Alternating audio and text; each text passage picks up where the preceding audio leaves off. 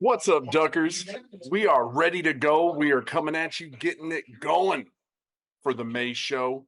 We have Bash at the Beach 2000 on the docket. We are getting ready to go.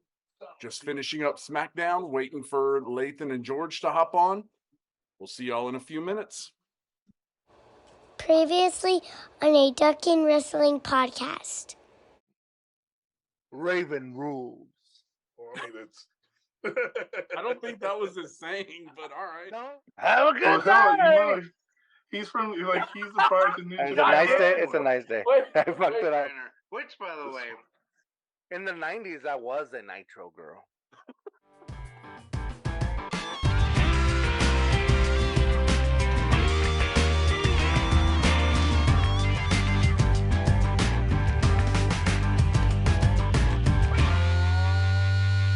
Hey, everybody. Welcome to May's show of a Ducking Wrestling podcast. Here, as usual, is the Rowdy Texan Abroad, Art, whatever you want to call me, Daddy, I go by as well. This week, it's Lathan and I. George is preoccupied right now. He got his identity stolen by some scammers in India, and he's currently trying to get his account unlocked. So he may be joining us in a little bit, but maybe not. We may have some random Indian from a call center in Pakistan or wherever they may be. But Or an African prince. there you go, or the African prince. Speaking of an African prince, my boy Lathan, what's up, man? Hey, what's going on, Art? Nothing too much of on this side of town. Just another wonderful day, ready to podcast my ass away. There you This go. was a rough one. This was a rough one, man. This is going to be interesting because I think you were more into WCW back in the day than I was. We've made it very clear on past shows that I was a diehard WWEF fan, and I did not cross the line into enemy territory. Lathan, he was almost like a bi fan. He was liking it both ways. So I think you're going to have a lot more insight than I will. Definitely on the fence kind of guy. This is where I was watching this, and I can remember Art during this pay-per-view. I was like, oh, these are reasons why I started watching more WWF at the time, because this was a hot mess of everything and anything you thought it could be. But like, you kind of sort of like a car crash or like a field on fire. Like you sometimes just gotta slow down and just watch things burn and come to chaos as it will, and then you keep on moving on about your day. But this was definitely the spark of a lot of what happened with WCW at the end. To turn into the cluster fire that it was. Absolutely. Absolutely, man. Well, we're going to dive right into it because this is a traditional 3+ hour pay-per-view. So we're going to dive right in. First, get a little housekeeping out of the way. This month's jersey, I got to welcome back Zeke to the Cowboys. Got the on-field authentic jersey I bought when it was marked down to $50, down from 300 and something. So welcome back, Zeke, the original Still feed pay too much for it. Also want to give a quick shout out. You boys at a Ducking Wrestling podcast are official brand ambassadors for Cowboy Revolution apparel. You see the hat here. This has got to be one of the most comfortable hats I've ever gotten. The logo, cool as shit. The motto. Go and check them out. Go check out our Facebook page for a code to get 15% off of your purchase, man. Go check it out. Men's, women's, kids, shirts, hats, all the good shit, man. Go check it out. So here we go. We got Bash at the Beach 2000 taking place from Daytona Beach. Oh, man. Like it was kind of cool watching, like getting to relive the year 2000, trying to put myself back in back in that mindset. The only question I have is right there at the beginning, with Ernest Miller. He gets out of the limo, and I guess he's the commissioner. I don't know what Ernest Miller has going on, but I had to take a second and rewind a couple of times because I could have sworn that was you driving him and letting him out of the car, man.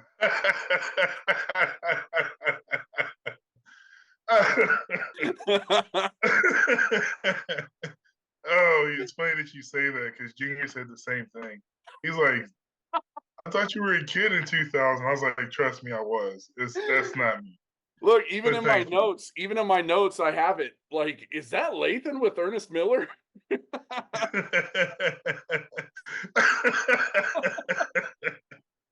Oh man. Too Oh, funny.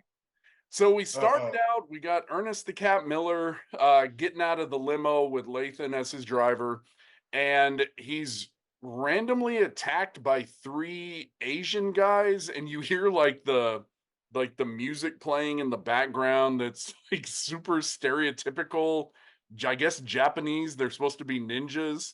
And come to find out they're the three dragons or the young Yeah. dragons. Yeah, I forgot the name of them, but it was just it was a thing of the time, and I forgot.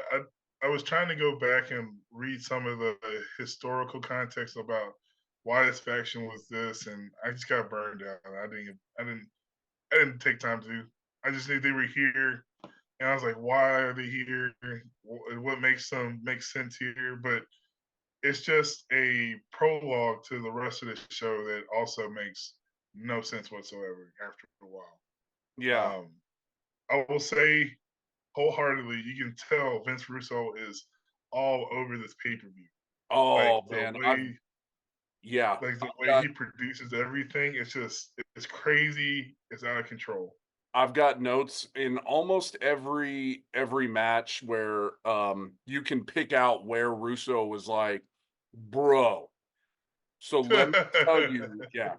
Well, the first thing that we start out with is a match, and we have the Filthy Animals coming out with Disco Inferno, who is way out of place in this group, and Conan, okay, Conan with that fake ass cast on. Like, if that's a legit cast, then he must have gotten it done by like his cousin in Tijuana or something. Because that thing is, I mean, it's awful.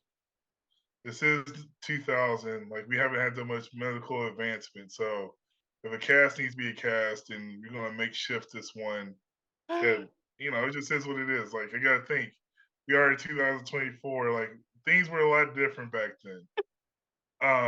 But it was actually funny. Going into this, Disco had just changed his name, so like it was Disco, but it was spelled like Cisco, the Thong Song singer.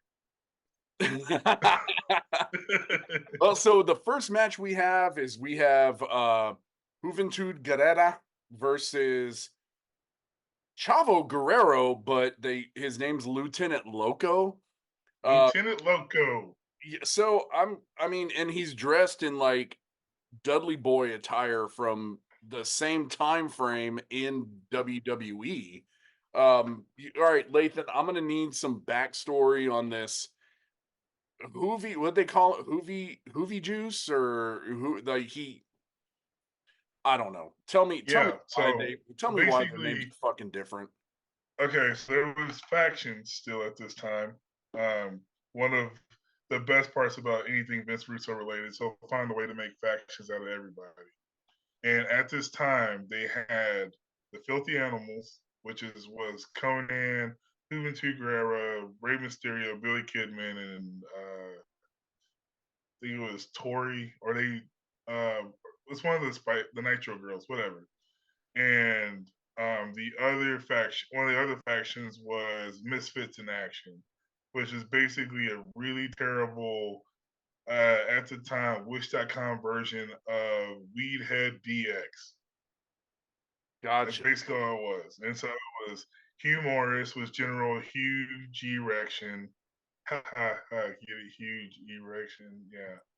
Oh my god. Momentarily, Booker T was with the faction for about 3 weeks, and his name was GI Bro. That's right. Yeah, Okay, they I brought remember. that one back for it. And then there was like Van Hammer, and he was Private Stash, and then Chavo was Lieutenant Loco, Oh my. and then they had what's her name, Major Tylene Buck. Guns.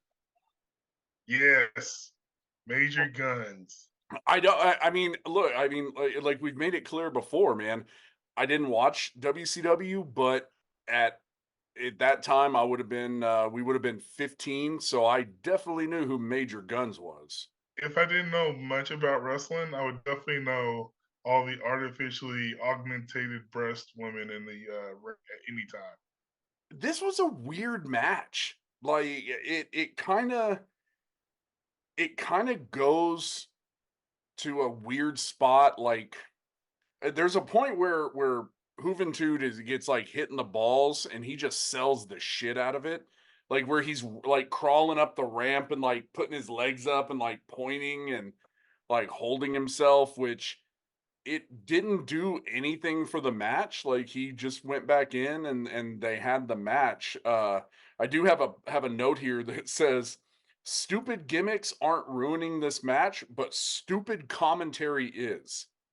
I gotta give credit to Tony Schiavone uh, and Mark Madden for trying to make this make sense. Um, this match, not specifically, but a lot of the commentary is really hard to get behind or to digest here in this pay per view. And you could tell like it's kind of not necessarily on their part, their fault. It's just that they don't know what's going on, just like it seems like somebody else doesn't know what's going on. And when I say somebody else, I mean everybody else that's employed by WCW Yeah. Well, in spandex.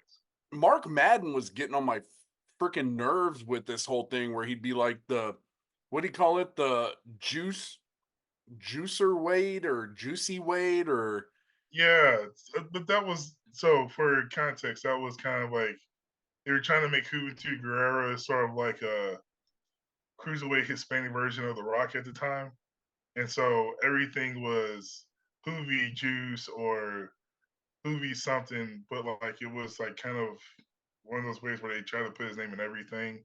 Like he was instead of being a cruiserweight title, it'd be the Hoovy weight title or the juicy weight title, and it didn't work.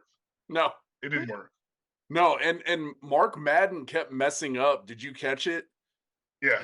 He Oh, kept he messes up so much. Well, he kept messing up because like Juventud would go for a pin and he'd be like, "New champ, new champ." It's like he is the champ. Yeah. The he said it I thought, okay, I'm gonna give him one for this. Like, you mess up one time, but then he said it like two or three times, and it's like, dude, you're okay, you're better than this, I would like to think. He's absolutely Well, not. Let me again, for context, I didn't watch WCW. Lathan did, so he knows. yeah. Listen, I will tell you, like Tony Schiavone, hands down, was always me, Gene, and Tony Schiavone were reasons that I would like to listen to the play-by-play announcements on commentating on WCW side at any time. Like when Bobby Heenan left, a piece of me died, but like at least Tony Schiavone was there to carry it. But no, but like it was, they came back in and he was Mark Madden at the time, was trying to be more of like their equivalent to King, where like he would just try to like say the offensive things or be the funny shtick guy, and he wasn't entertaining, he wasn't funny on the mic, and everybody could tell. We give him a D for being a dick. Well, yeah, I mean, it was a good match. I think that as kind of has been the running trend with WCW matches is the cruiserweights always tend to kind of either have the solid match or they steal the show. they didn't steal the show here, but it gave me hope for being the first time I've ever watched this all the way through. It gave me hope for the rest of the show, but it was definitely a high point. We have Hoovy retaining the title, right? No, Chavo won. Chavo retained. That's what I have in my notes. Chavo wasn't the So, champion though. dude, all brown people look alike. I get it. Chavo went into as champion and won against Hoovy. No, I Hoovy forgot. was the champion. No. Yes. He was trying to get the title back, and so because at the time Kidman and Ray were were the cruiserweight tag team champions, and they were trying to get all the cruiserweight gold. I don't think so, man. We're gonna have to we're gonna do real quick. We're gonna take our first break because we're gonna have to do some research on this because I think Hoovy was the champ. We'll be back with y'all here in just a couple of minutes with the answer that shows I'm right. Welcome back. Welcome back. Welcome to Too Hard, Too Fast. Too hard, too fast. Too hard, too fast. Too hard, too fast. Welcome to Too Hard, Too Fast. Welcome back. Too Hard, Too Fast. Where we go off the rails and George has to worry about it. So here we go. Find Too Hard, Too Fast podcast on Apple, Spotify, and YouTube. Say it. You're my daddy, and I'm your bitch. Yes. I'm your bitch, and you're my daddy. All right. So we got the research team on it, and we did verify Juventud came into the match as the champion. So, boom. Fine. All right, let's move on. All right. So again, it was actually a pretty good match. Like we had said, it kind of the trend for cruiserweights during that time. So there wasn't a whole lot to it, but let's go ahead and rate it. Latham, what you got, man? For what it was worth, being a cruiserweight title match and everything, not like the one thing I did appreciate for the match is that it didn't have a lot of extra interference. Like there was one time Disco came back out, but it wouldn't make up that much of the match, and even though it didn't make. Wait, hold on. No, we got to talk about it because that actually reminded me. No, we did have a bunch of goofy shit in this match. We had a bunch of goofy shit with the freaking factions coming down wearing masks. Let's try not to bring it up. No, because that was one thing that I put in here. I was like, what if that I would have given it a higher rating if not for the goofy team shit that happened. We had both teams coming down wearing like somebody was in a Bill Clinton mask and somebody like, come on, man, this is. But again, it's Vince Russo. So, bruh. So, like, we're gonna put them all in a mask. Like, God, we don't need it, man. You could have just let it breathe. So I apologize for interrupting, Lathan, but you did kind of refresh my memory. So I brought it on myself. Right. It's your, what rating do you give it? I give it a 2.4. Like out of 5. Like realistically, it was a good match on the face value of the cruiserweights that I always enjoyed getting ready or getting warmed up into the main show for a WCW pay-per-view or any type of WCW event. But then it did kind of go a little loco, to turn a phrase. Get it?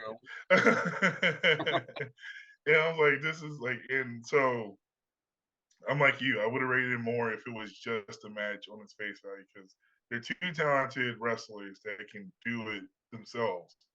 And all the other stuff didn't make any sense, wasn't necessary, didn't need to be there. But yeah, 2.4 is definitely a good way and that's the compliment to the matches on the show. Like there's maybe in total of the 11 card match, there's 2 good matches with maybe a third entertaining enough match.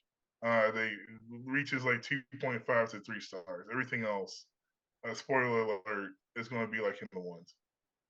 Yeah, I completely agree with you, man. I gave it a 2.5. It was just entertaining enough to keep me interested in it, but then the goofy Vince Russo shit kind of came into play, and I spent the majority of the end of the match rolling my eyes because it wasn't needed. Yeah, so next thing we have up, we got a weird, goofy shit moment in the office of Ernest the Cat Miller, who, again, I guess he's like the commissioner or he's something. They didn't really clarify. Like he has some kind of power. I don't know where that. All right, so he was just given at this time the on-screen commissioner role. Like I think the Nitro or 2 before this actual show. Okay. Yeah, so that was one. So, and this is why he comes up in a couple matches later with the match we'll talk about later. But like, he was just given the role of the authority figure on TV, and Okay. then this becomes a reoccurring hot potato of who is what because before I think Ernest it was Ric Flair for a minute, and then Ric Flair did something and quit or left the company for a minute, and then it became the Cat, then it became somebody else, and then it became your best friend's mom, and then somebody else, and then it came back to Cat, and but yeah, it turned into a weird story of its own after a while. And is it just me, or does it seem like Ernest the Cat Miller, like half the time you couldn't hear what he was saying? Like he was mumbling to himself, and I get you're trying to kind of play it off like the camera's not there and you're going about your normal stuff, but he mumbled to himself a lot and you couldn't hear it. No, you did. That's not you. And in his defense, he was never that charismatic when a microphone was put in front of his face. Like I don't ever remember like I think the one thing I remember more specifically about Ernest the Cat Miller was 2 specific things. One, when he was supposed to, he originally debuted as like one of the antagonists, or no, he was Glacier's friend. He was to help him go against like Mortis and the other evil The Mortal Kombat enemies. guys. Yeah, whatever that was supposed to be. And then when he had his whole running gag as dancing with James Brown, and then eventually had James Brown come out, and it was, dude, yeah, you just had like if you What? watch enough WCW, James Brown comes out and they actually do like the little shuffle and everything together a couple of times. But that was like part of his gimmick before he takes over his commissioner role. Was like he would come out with like the big cape on, and he would have the old James Brown music playing in the background. So, but man, it Oh was my something god. to be left to the imagination. But yeah, but no, with a microphone in his hand, he always sounded like that, and it just didn't play over technically well with the sound equipment that they were using for WCW in the first. That makes sense. The next matchup we have is a hardcore title match, which I kind of forgot WCW had a hardcore title. I always kind of forget about it until the new wrestling game comes out because they have it on there. And then I'm like, oh, WCW had a hardcore title. And then I seem to remember like there was something like Terry Funk was in WCW for a little while and he kind of ushered it in, and it was I think WCW was trying to play catch up with WWE with that hardcore division, They were. and this very much was one of the examples of how WCW lagged behind the WWE. So we have Big Vito versus Screamin' Norman Smiley with Ralphus. I remember Ralphus from what little WCW I watched with Jericho, where he was Jericho's bodyguard. And Yeah. I had always thought that Ralphus just kind of disappeared once Jericho went to the WWE because at this point, we're well into Jericho's run in WWE. And then fucking that Don Vito looking motherfucker goes out there, Ralphus, with his turkey timer poking out of a belly button, showing that he's done.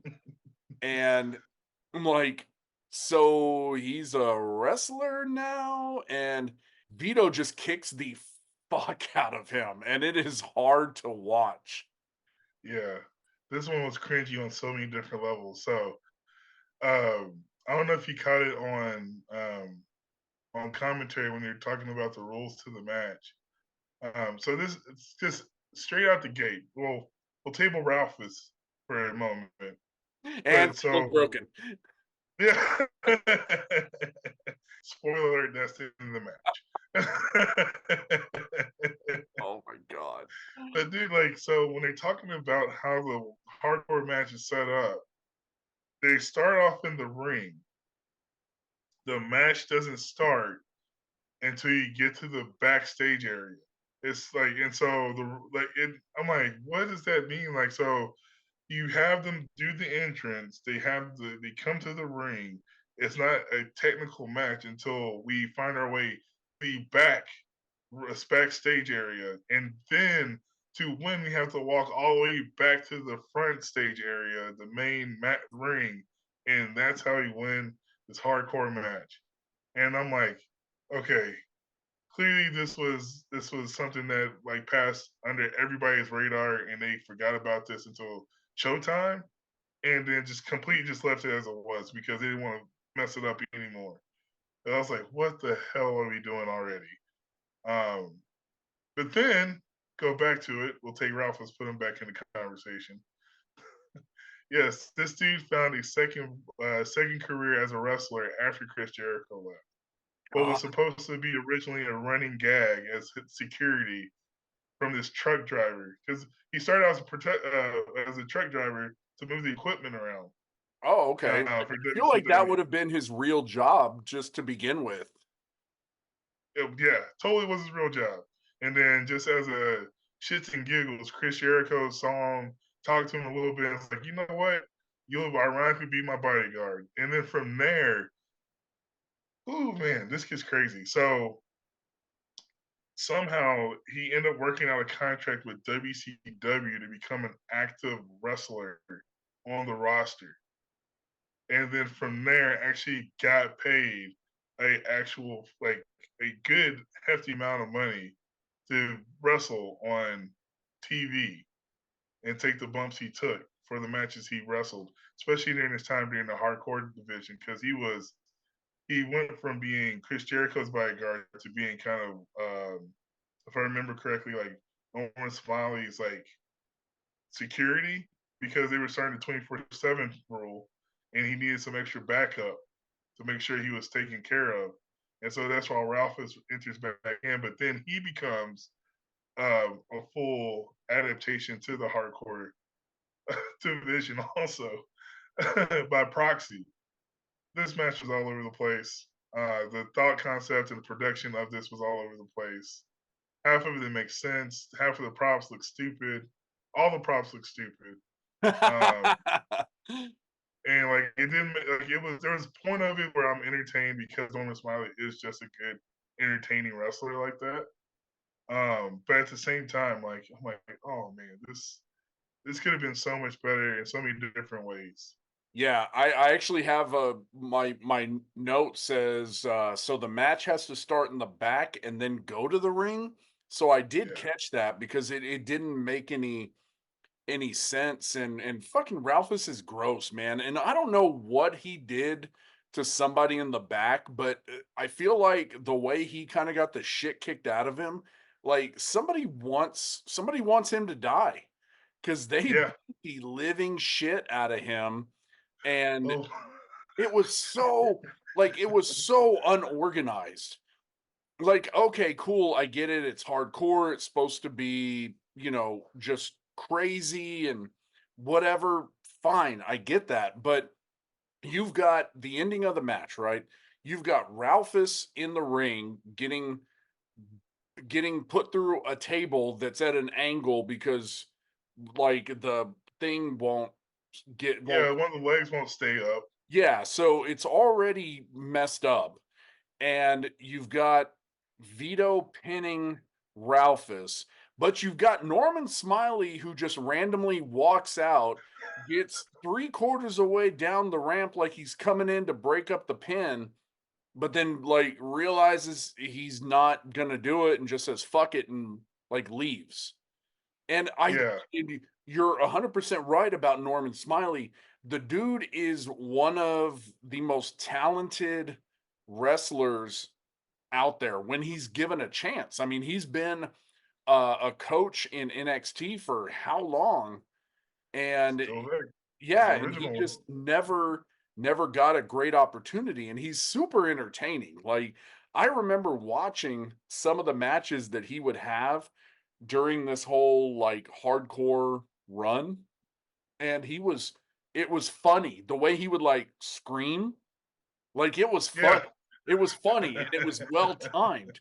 But this match was, I mean, the whole inclusion of Ralphus and just how awkward.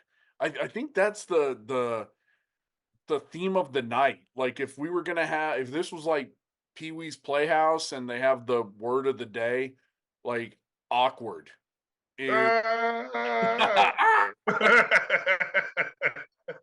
yeah, 80s and 90s kids. What's up? That would be the way to describe this match. I mean, it was just fucking it was bad. So let's go ahead and rate it because I'm curious.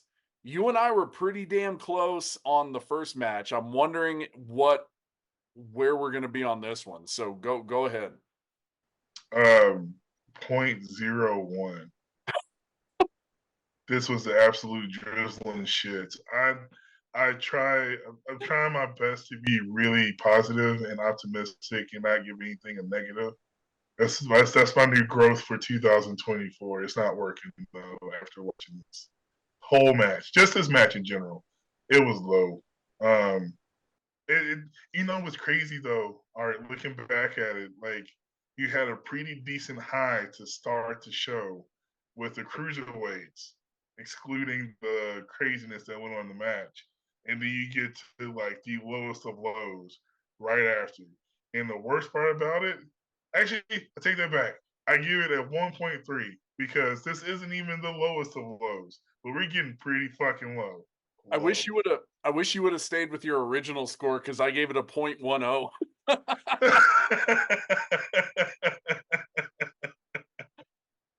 Oh man, yeah, it was just so awkward. There was just so much to it where it just didn't make sense. I mean, the whole point of pro wrestling is that you're telling a story. There was no story here. This was a moment where they were like, okay, we're going to have Vito and Smiley with Ralphus.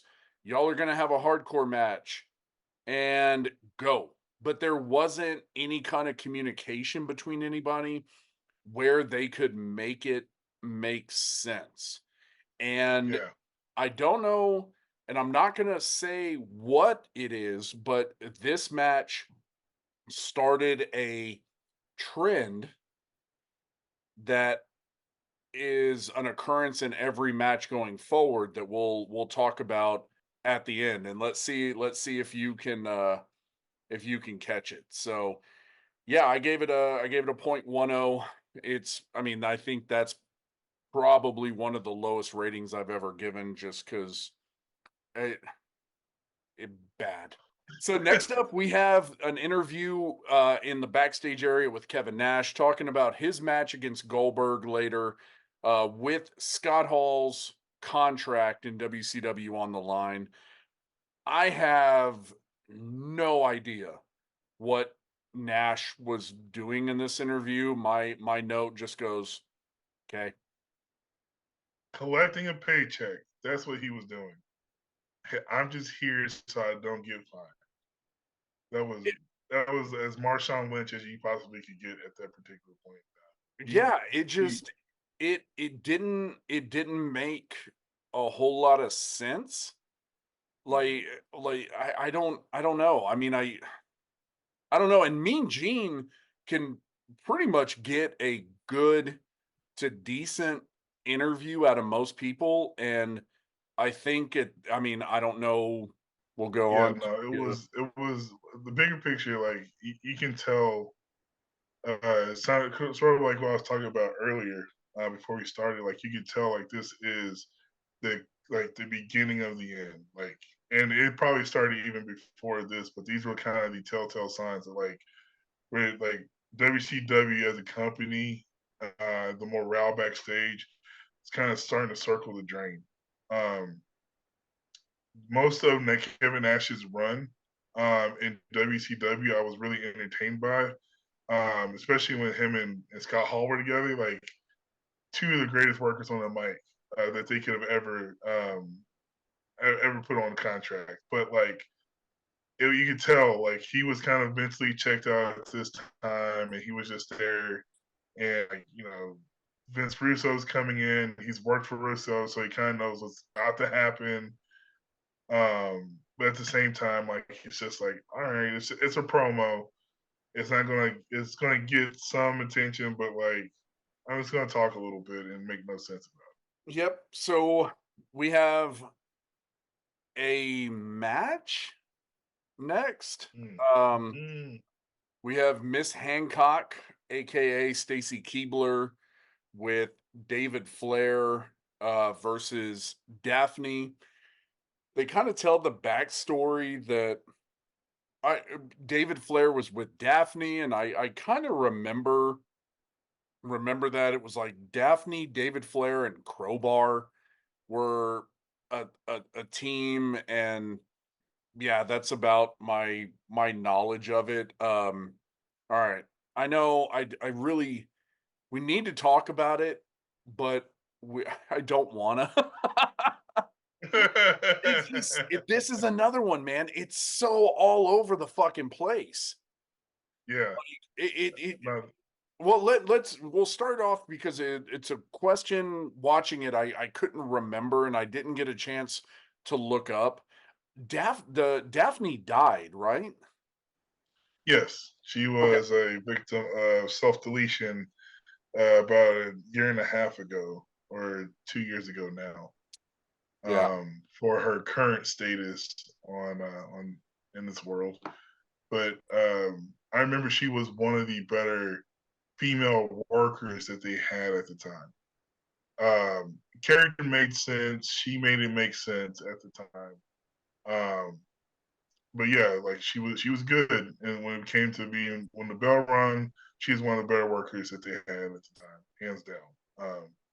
So I definitely remember her for that. Storyline wise, I remember all of this speculatorily wise because this is one of those like Jerry Springer type um storylines. Like Daphne and David Flair were together, and then Stacey Cleaver comes along, or Miss Hancock, I should say, given Get her it name, right. and seduces him away from Daphne. And then, but Crowbar is the third wheel friend in the middle, right? And so he's being supportive of his friend Daphne, while their asshole friend David's being taken away by this. And I'm gonna use a word that was used in the promo package, floozy of a girl in Miss Hancock. And also, this was one of those very few times I ever seen floozy actually spelled out. Not even me realizing it, the way you said this was an episode of Jerry Springer, that is 100% accurate, man. That is what I mean. This if you had taken the wrestling out of this and moved it to the set of Jerry Springer, it would have flowed the exact 100%. same.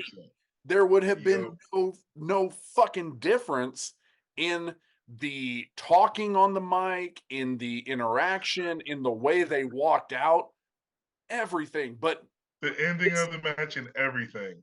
this was 100% Vince Russo. This is a Vince Russo, like, they talk about, especially now, right, in WWE, who the booker is for the particular matches. And you can kind of catch the style and who does what and how.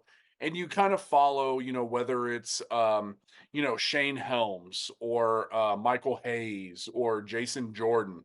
You can kind of pick out which matches are which, right? This 100% Vince Russo. Yeah. Like, Oh and yeah. it was so weird. I completely forgot that David Flair was a performer.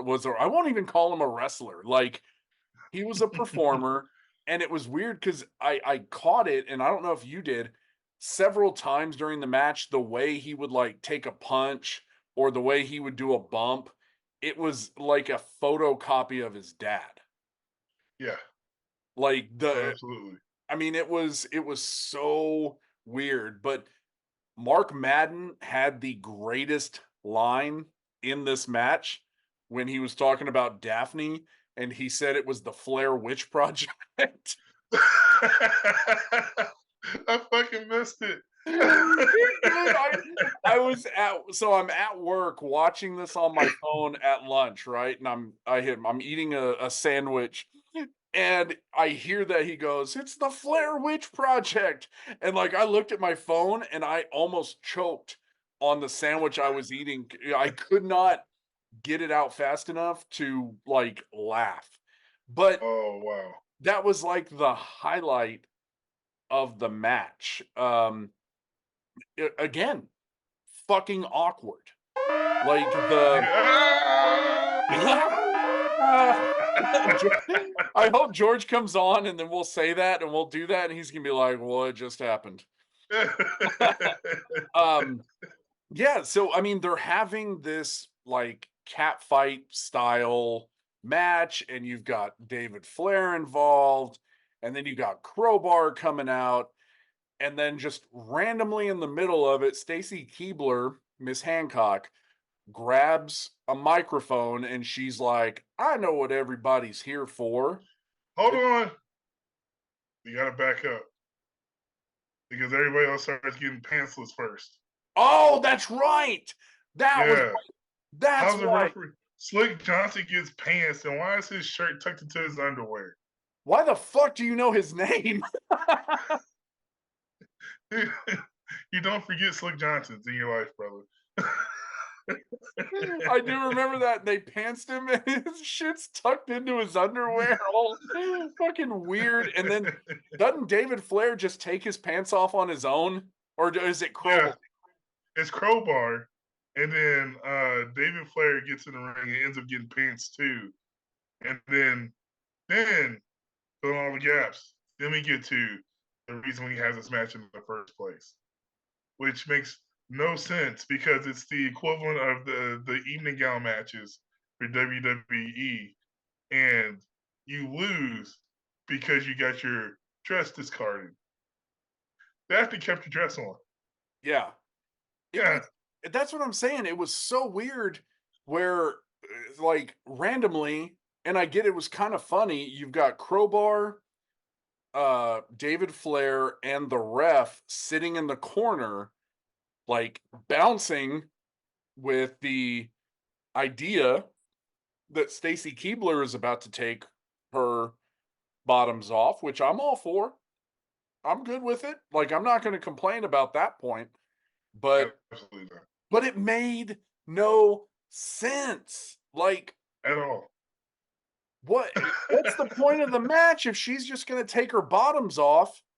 Anyways. Yeah. This is what we're going to get to. And you could have made this work and get this production done a lot cooler.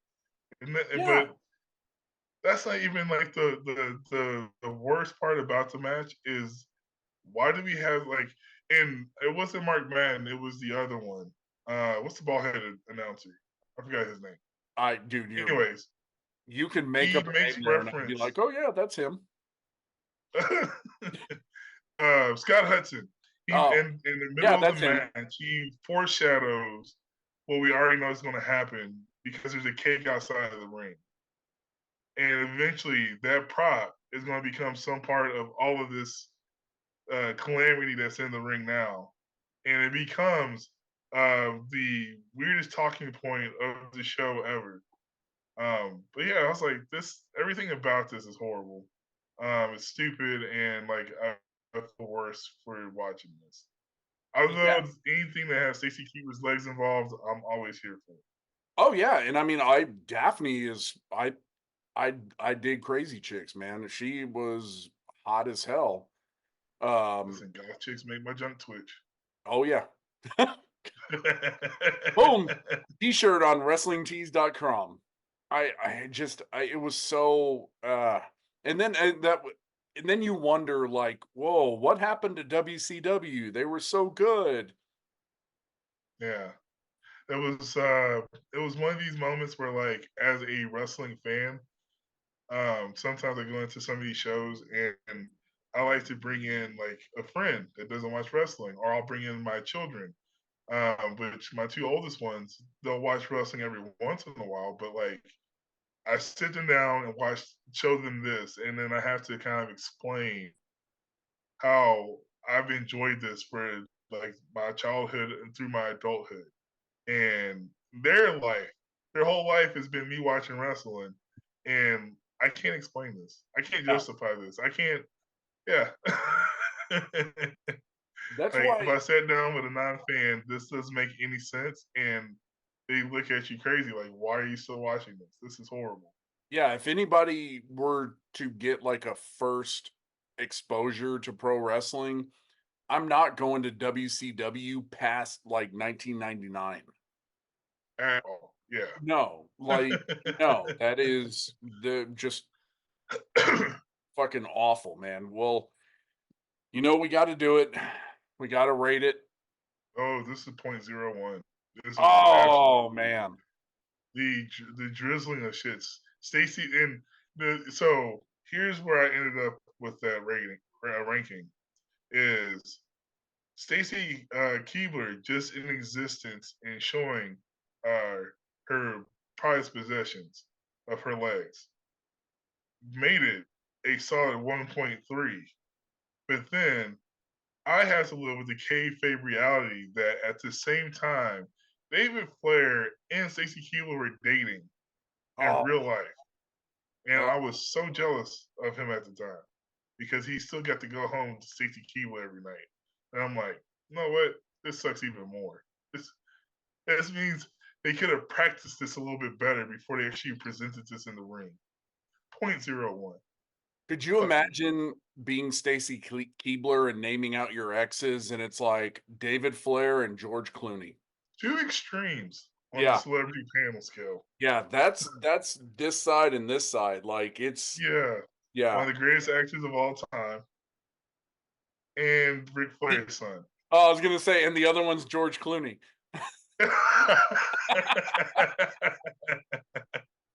Oh, David Flair's gonna kick our ass. Oh, let him try. So I gave it a 1.1. And let me tell you why. It got a 1 for Stacy Keebler and Daphne, and it got a 0.1 for David Flair. But you know what, man? Could you imagine being the cleanup crew where it's like, okay, go clean up that cake off of these fucking rubber mats? Oh, you mean the people that didn't realize they were gonna have to fucking clean this up, and it just looked like they were rushing? Holy shit, dude. I would have gotten out there and like looked at it and been like, you know what? I don't need this job that bad. All right, so dude, did you notice that they didn't have any water, and they were literally Water using bottles. bottles of water I saw that. to clean up, and then like they literally and then they were trying to mop it up, but it just kept on smearing into the mats between all the baby oil that's been spread across there and everything else. Yeah. And it just didn't work out. And the lag time that they had to take from the show just to cover up them trying to clean up these mats. Yeah. And I was like, oh my god. I wanna be the guy who is like, hey, why don't we just flip them? Yeah, because that was totally the most husband thing to do. Yeah. Like they're literally out here just like, oh shit, this is not coming out. And then It they're was- like, you know what? How about we just flip them? Yeah. Nobody's gonna notice. Listen, nobody's gonna notice. Nobody's Nobody- gonna pull up the mats or anything. Nobody's gonna pull up the mask.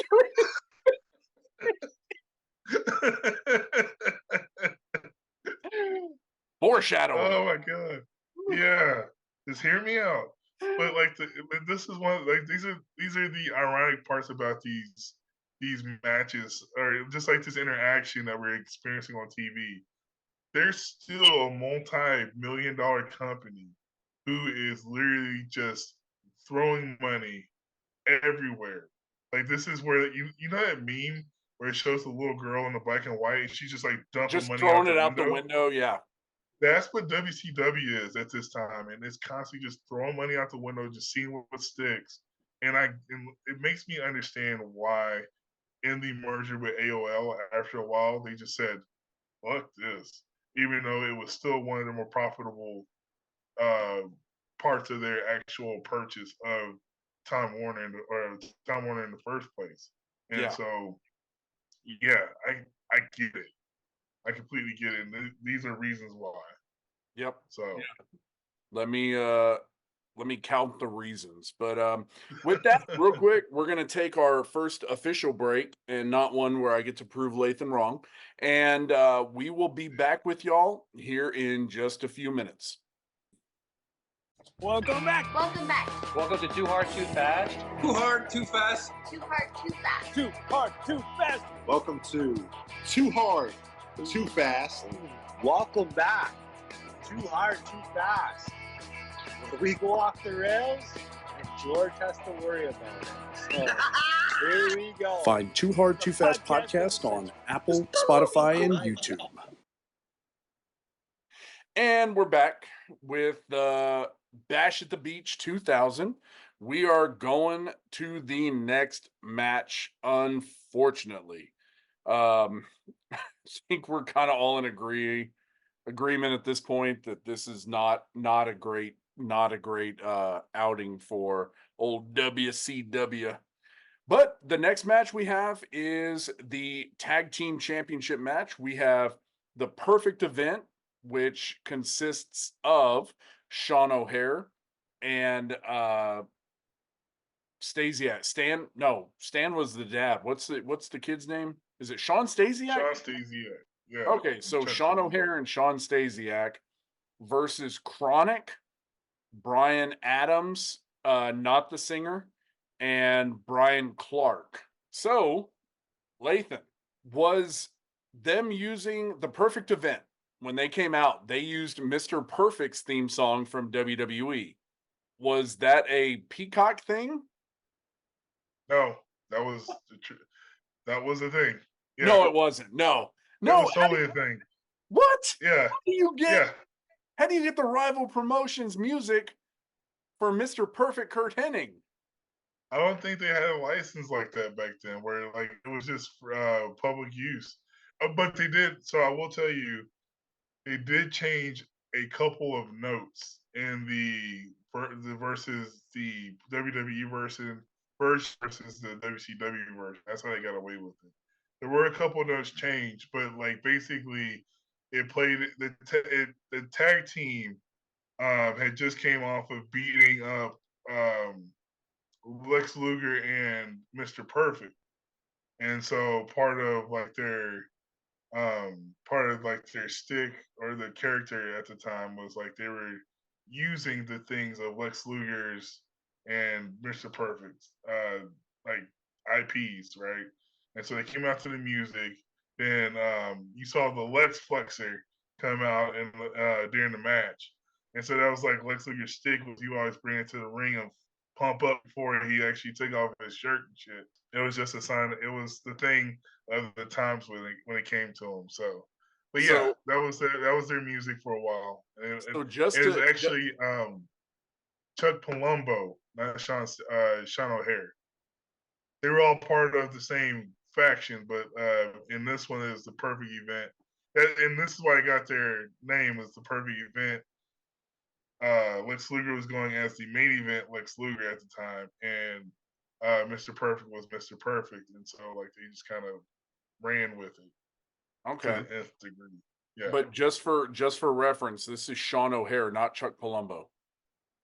no. Chuck Palumbo is the long curly haired dude. Sean Stasiak is the one with the short hair. You want to do this again? Are we going to do this again? Okay, so I'm definitely gonna win this one. That Sean O'Hare looks a lot like Sean O'Hare is also white, Jack Tan, and got long hair too. But this is Chuck Palumbo this time. Okay, we're gonna take a timeout because we're gonna research this, and when we come back Where's and the fucking Lathan tells me that I'm right, we'll catch back up with you. We'll be right back. Welcome back. Welcome back. Welcome to Too Hard, Too Fast. Too hard, too fast. Too hard, too fast. Too hard, too fast. Welcome to Too Hard, Too Fast. Welcome back. Too hard, too fast. Where we go off the rails, and George has to worry about it. So here we go. Find Too Hard, Too Fast podcast on Apple, Spotify, and YouTube. Say the unpopular thing. I'm your bitch, and you're my daddy. You're my daddy, and I'm your bitch. I know about that. All right, so I thought it was Sean O'Hare of the Natural Born Thrillers. That was their name. It was him and Sean O'Hare, Chuck Palumbo were the Natural Born Thrillers. Lathan, my good man, you were correct. It is Palumbo in this match. So here we go. Anyway, so they're taking on Chronic again. Like we said, we got Brian Adams, Brian Clark. And you know what, dude? There's something about this man that we cannot get away from. Fucking Crush. We always joke about it. And you actually made the comment a couple of episodes ago where you're like, oh, well, maybe at some point we'll review and see Chronic. We've gotten to the point. We're here. Damn it. We can't get away from the dude. Like, we have gone through every version of this man in his professional wrestling career, and I'm tired of him. I'm tired of him. Yeah. No, it's wild, man. And it's funny, like looking back at some of these pay-per-views that we go through and stuff, there was some wrestlers that had really long careers under different monikers for the longest time. And it's weird because they finally hit like that stride in their career, or a second like the second birth of a career by going to a different company altogether and just having to be there at the right time. And this is that effect right now between both Brian Adams and Brian Clark, because they have been at WrestleManias prior to this. Yep. Yeah, and like, and it's like you don't think much of them back then, and then you look at them now, you're like, man, they look pretty young and active, and like but no, they're old as fuck compared to like half of the roster. Like no, like they're supposed to be in the age-wise the twilight of their careers. Yeah. On the downside of them, but no, they're still in there running and gunning like they're young, and thank God for all the chemical enhancements at the time, I guess. But it was crazy. It's funny. Yeah, we talked about before, and I think it was on our last episode where we were discussing the being immortal with Bray Wyatt, talking about how so many people were like, they were considered old when the people now are like in their prime of their career. So like 35, 36 years old, you were pretty much done back in this time. But now, AJ Styles, you've got Randy Orton, you've got all these guys who are in their 40s and like hitting a stride where they're just doing amazing. So yeah, this was actually a pretty solid match. It would have been a great match on Nitro. Do you agree? Yeah. Do you agree with that? Oh, absolutely. that's what I was thinking when I first watched it. Is like watched it back for the first time. I was like, this is what the good quality wrestling that they needed to keep the ratings up on a weekly basis looks like. Instead of Yeah. like a bunch of talking heads and Hulk Hogan taking up like 30 minutes of screen time just to get the night started and stuff. Like this is good talented wrestling and to give credit to Sean Stasiak and Chuck Palumbo, like there's some young bucks that are like they have good talent. You tell they have a future potential ahead of them in like matches like this, but at the same time, like you put a microphone in front of them, and that's where like they kind of dull out. Right. And anybody listening who are, fans of pro wrestling period, I mean, all of these guys either were or ended up in WWE. So you had Sean Stasiak, who is the son of Stan the Man Stasiak, so second generation guy there. He was in WWE, I want to say in the late 98 into 99 with Terry Runnels and Jacqueline when they were doing their PMS gimmick, and he was Meat. And I mean that's you're never gonna you're that is destined to fail from the beginning. So I don't knock him too much for that. But you're right. The thing that I think really kind of ruined him was putting a microphone in his face, and there was just really kind of nothing there. And you kind of see it in this match. So one of the notes that I have is he's really digging into that kind of dumb, like cheap heat. Like him and Palumbo continuously go to the crowd to try to get them riled up, try to get the boos, try to almost too like it's too much. Like it gets to a Yeah, point where it's like, okay, we already know you're the heels coming into the match, and we don't really need that much like pandering to the crowd. But with that being said, though, man, the crowd was into it. Like the crowd was oh for sure. really behind Chronic in this match, wanting them to get that win, to get I guess to get the titles. I don't know.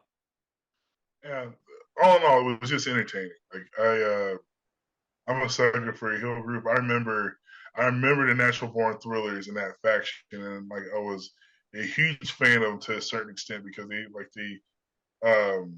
had well, I used to call it WWF look, where it was just like super tan, jacked, larger than life kind of figures that were coming into their own.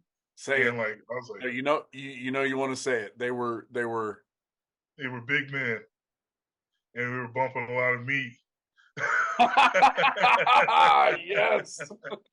And you can see it in a lot, and this is really cool for the era because you can tell like this is post steroid WWE trial and all that, but it's before like they had the bigger come down of after the Benoit situation, where like you can still see clearly the talent is some kind of chemically enhanced, and like they have these bigger buffer bodies that can still move around and stuff, and like that's part of the attraction, right? Is that they are like larger than life in themselves, but they come into their own. But I was saying all to say like I was a big fan of the faction at the time, and so going into this match, watching it, I took two lenses and looked at it from two different perspectives. Um, First, as the kid that enjoyed the perfect event at the time, it was one of the very few things that were still going on that was good with the storylines that WCW was pitching out there, but also just appreciating like them actually having a match because this is one of the very few matches that has absolutely no interference, and it's just four men going out there and just putting on a match. Yeah, and that's actually I honestly I didn't even think about that, but yeah, this is one of the few matches without kind of the shenanigans of Vince Russo peeking their head, just putting the tip in. And Yeah. it kind of shows there were, and maybe it's just me, man, but watching this, like, there were some awkward moments, and almost to the point, like, these four guys kind of lacked chemistry together. Like, you could very much tell this was not something that was really worked through. I don't know if you remember this, when they first did the invasion angle and they Mhm. had Undertaker and Kane versus Chronic in the steel cage. Like, Wow. like it's kind of foreshadowing. It's just they can, as good as there are parts of the match that are really good. In totality, bigger lens, it's a good match for this pay per view. But like we said earlier, it's a Nitro match. It's not a pay per view match. Did you catch Yeah. that weird Brian Adams F5 style? Yeah, dude, that was super awesome. I forgot the F5 was a thing before Brock Lesnar, but I think he was the only one to really do it back then. Well, I didn't really see a bunch of them. Brock Lesnar's is just very pretty. This one was not. I mean, this was again. It comes to kind of the lack of chemistry with the whole thing, because it very much felt like, and I don't remember who he had up when he did it, but it was almost like that moment he decided he was going to do this move and kind of just tried to manhandle the person that he did it to, so it just came off very awkward. I mean, we're still damn it. The word Oh, of the day, kids. Yeah, it came off very weird.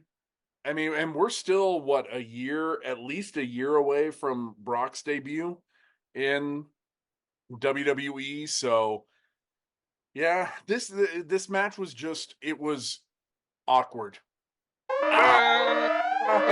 That's the only. I was trying to figure out a different word, and like I hate using the word over and over, but it's so fitting. Let's go ahead and rate it. Lathan, do you have any final thoughts on it? No, I said my piece about it. I said what I said. It was good. It was decent at best, and it was fun. It was, like I said, to give credit to no interference. Like, it was the match it was. Rating wise, I'll give it a 1.8. Okay. Yeah, That's solid. That's giving respect to everything. Yeah, that's the perfect way to describe it, man. It was good enough. I gave it a 2. It was, if this was a match on Nitro that we were reviewing, it would have been into the low to middle 3s.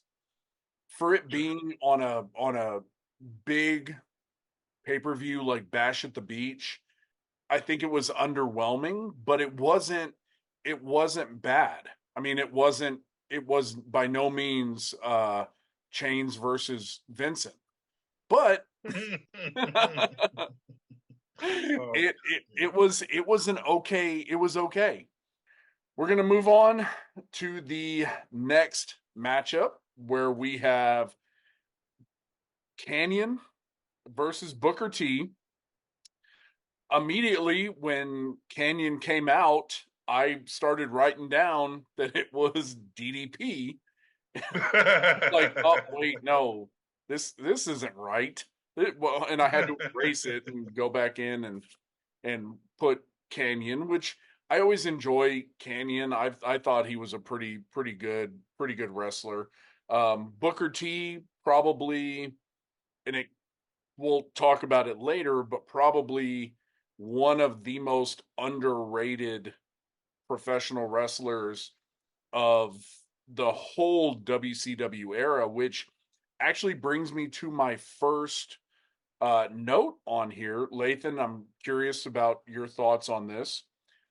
Did Booker T waste his best years in WCW?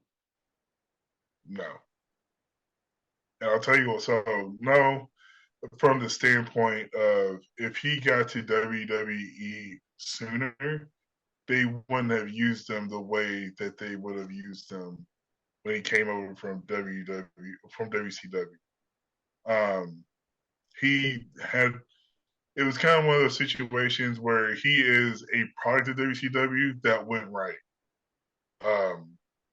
And from the loyalty standpoint to the quality of matches to the athleticism he put in the ring and holding the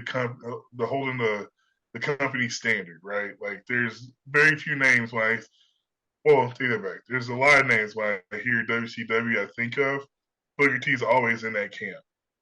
Mhm. But I remember his first best of 7 with Chris Benoit in WCW. Like I know they redid it in WWE later on, but their original first of 7 was crazy good. Yeah. And it was never no BS. Like it was just like straight up and down wrestling. His Rick Martel feud was super over. When he got in the ring, he could put it on, and like sometimes it looked weird and it came off a little bit different. But then looking back at it, it was in a sense ahead of his time. You know, the after so I wrote that note down, and as I'm watching the match, I'm thinking about it to myself, right? And so you kind of put Booker T in moments in WWE, right? So I I agree with you. I don't think he would have thrived in WWE. I think he would have ended up buried by The Rock because the WWE was never pushing black superstars. No. They weren't. I think Very character like at the time, especially in that time, we're still characters. We're caricatures of some type of societal attachment. right, We're not. right. Yeah. And I think Ron Simmons as Farouk with the Nation of Domination, he got put in that character as, like you said, kind of a caricature of what the Black Panther style movement was. And I think Farouk took that and ran with it. I mean, I think he did an amazing job. And I think it almost took Vince McMahon took a step back and like, oh, okay, I think we can do something here with this. And I don't think it comes from a racist style standpoint where Vince is looking at it like I don't want a black champion. I think it came from who am I going to make the most money with? And because at the end of the day, these guys, all they care about is Is making the money. bottom line. Right. They want to make money and they're gonna do what they can to make money. And I don't think the I don't think Vince ever based it off of the color of somebody's skin. I think you look at traditionally where the business goes. You know what I Mhm. mean? So Yeah. I think you're 100% right there, man. I think Booker T, where he thrived and he did really well. And when he got to WWE was probably the right time. Now I say that, but if say he got to WWE a year sooner. No, you don't think so? Too much going on. Like it's kind of like it's like think about it in the scope of okay. And I go back.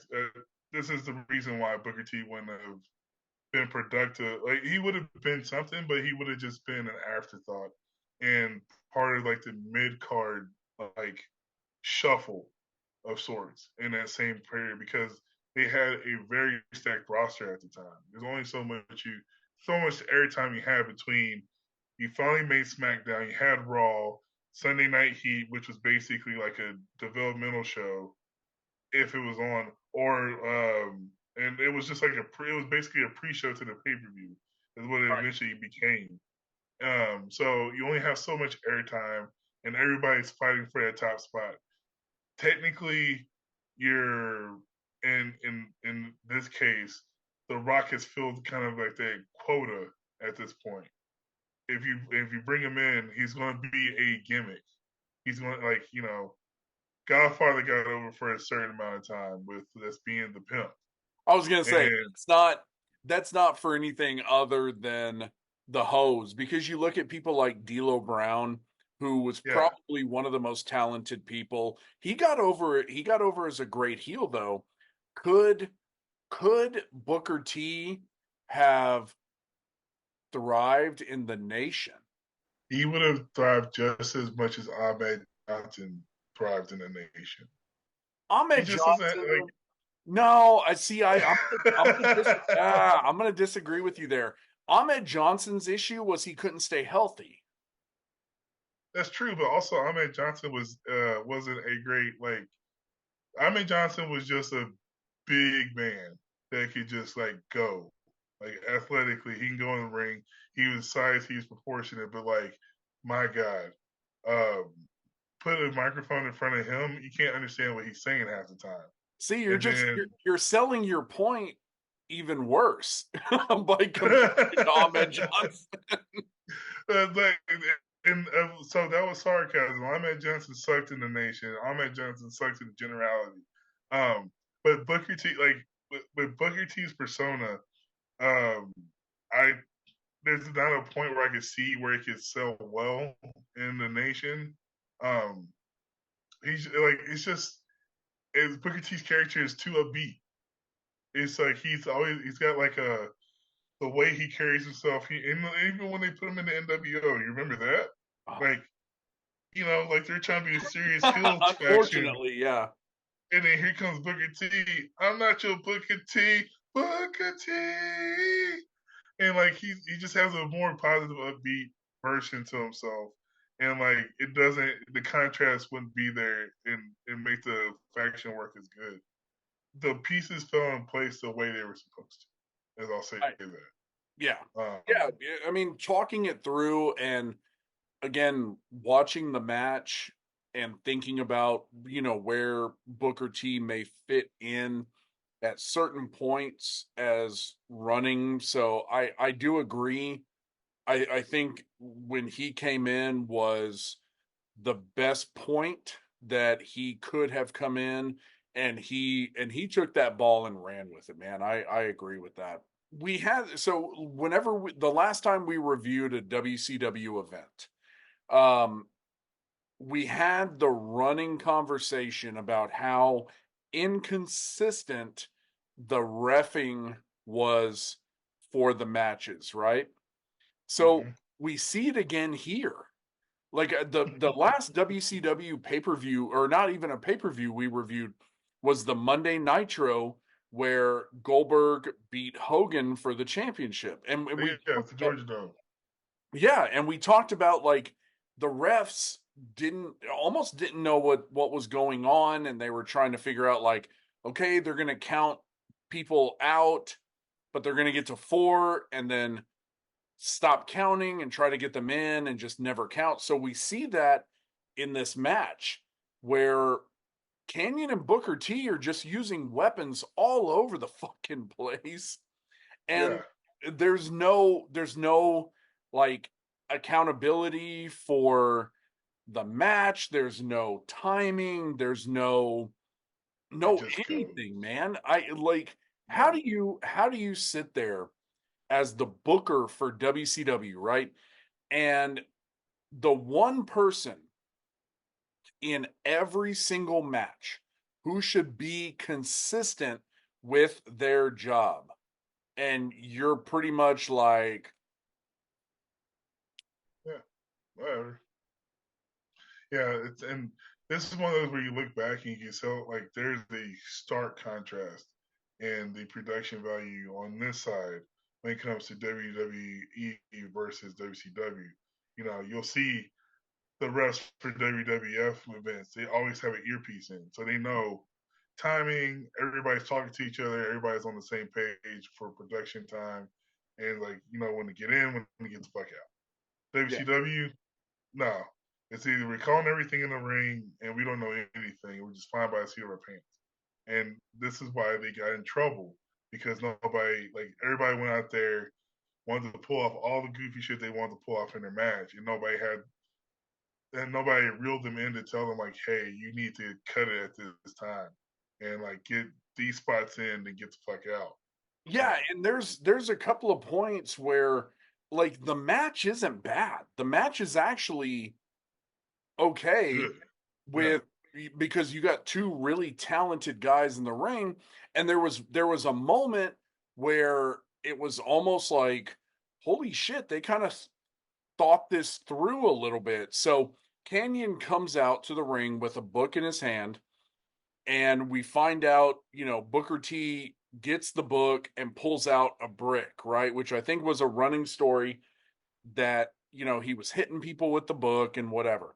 Yeah. So Booker T pulls out this brick and, tosses it, and the ref picks it up and, throws it out of the ring. But Booker T takes the book and puts it back where it was. So later on in the match, Canyon grabs the book, hits Booker T with it, and, Booker T goes down. Canyon thinking, oh, I got him. I got him. It's going to be good. And then Booker T kicks out. And all I could think was that would have been the perfect ending to the match if so, fantasy booking here, right? Canyon hits Booker T with the empty book. Booker T goes down, right? Canyon goes to pin him. Booker T gets a small package, pins him, wins, right? Yeah. And so Canyon gets up and he's like, what? And goes and grabs the book and opens it and sees no brick inside. That would have been the perfect ending of this match. But that would have been, you're right, that would have been a great ending. But we also live in a land where Vince Russo is booking this match. Yeah. Right. So 2 points on that one. So first of all, don't call me Shirley. Everybody in the comments can Second thing is, yeah, you're right with the weight of the brick, right? So once Booker T pulled the brick out and kind of tossed it, I watched as the ref picked it up, and he barely picked it up and handed it, and I'm like, okay, so it's a gimmick brick. Cool. All right, fine. But yeah, it was more of the, and just so weird, man. There was just so many weird moments that I think could have been better, and they weren't. Partially, I do agree with that. With everything that's about to happen, and given the background about all the stories that have been told leading into the day itself, but the one big thing that I did want, I took a note of this too, was Chris Kanyon is really underappreciated for his innovations that he came to the ring with during this time. As not only as a character, but some of his in-ring work was ahead of his time, and it was entertaining in a different value that I see now. I will say, so we're talking about the inconsistency of the referees, right? So there's a moment where I think it's Canyon goes to hit Booker T with a chair, and all of a sudden the ref cares about chairs, and he grabs it from him and throws it, but everything else was perfectly fine. Nobody gave a shit. This was kind of funny though. I didn't catch it until the very end of the match. They kept calling the finishing move the Canyon Cutter. Mm-hmm. I thought they kept saying the candy cutter. And in my mind, I was rationalizing it like, oh yeah, the candy cutter. He's making fun of DDP and then like I can't remember who it was, Tony Schiavone or Mark Madden kind of enunciated more, and I was like, oh shit, they're saying candy that's cutter. what they're saying. That's my bad. I'm sorry, guys. Can cutter. But it was not a bad match. I mean, it was actually fairly good. So I'm curious to see where you ranked it or rated it, man. What'd you give it? 3.2. Oh, okay. Easily. Yeah. And not even for it being the match on the card that actually showed like athletic talent and prowess. It was just again like it's an entertaining match. This is a pay-per-view equivalent match what I would expect from any type of WCW show. Okay, that's fair. So I gave it a 2.6, and I gave it kind of the lower rating because the referee just the referee should be somebody in a match who is seen but not heard, right? Or unless they're actually involved in it, then they're part of the match. The inconsistency of the referee in this kind of bothered me. How he's not going to let him hit him with the chair, but he's perfectly fine with other shit going on, with them being out of the ring or with them, whatever it may be. But it was one of those where like there's a part of me I was like, oh yeah, there's no interference. This is another good match that just makes sense. And then here comes Jeff Jarrett, old slap nuts. Yeah, that was the other thing too. Like, so you randomly had Jeff Jarrett, I guess, pissed off because Hogan wasn't there yet. So he's just randomly going to run out in this one match, and specifically this one match, yeah, right, and hit the dude with a guitar. Like, I don't know, man. It's WCW, and I'm struggling to. Going to Jeff Jarrett's part, like there are vignettes that he has in the middle of the show, like promo packages where he's walking around with a bunch of fat chicks because the fat lady's going to sing tonight when he beats Hulk Hogan. Excuse me, but like, it just coming off as one of those weird parts of the show whenever that happens. I'm glad you said that because that's gonna fucking streamline us right into the next match, man. You know what you were doing. Oh yeah, that was a Look perfect at us. segue. Look at us, almost like professionals and shit. So the next match we have up is we have Scott Steiner versus Mike Awesome for the United States Championship. Mike Awesome is doing his fat chick gimmick, which I saw. Trying to think, it was some one of the documentaries or something, or Rise and Fall of ECW, maybe. I don't remember, but Mike Awesome never really did it for me, and I think him going to WCW kind of just ruined him as a wrestler. And then you're putting him in a match against fucking Roidzilla. I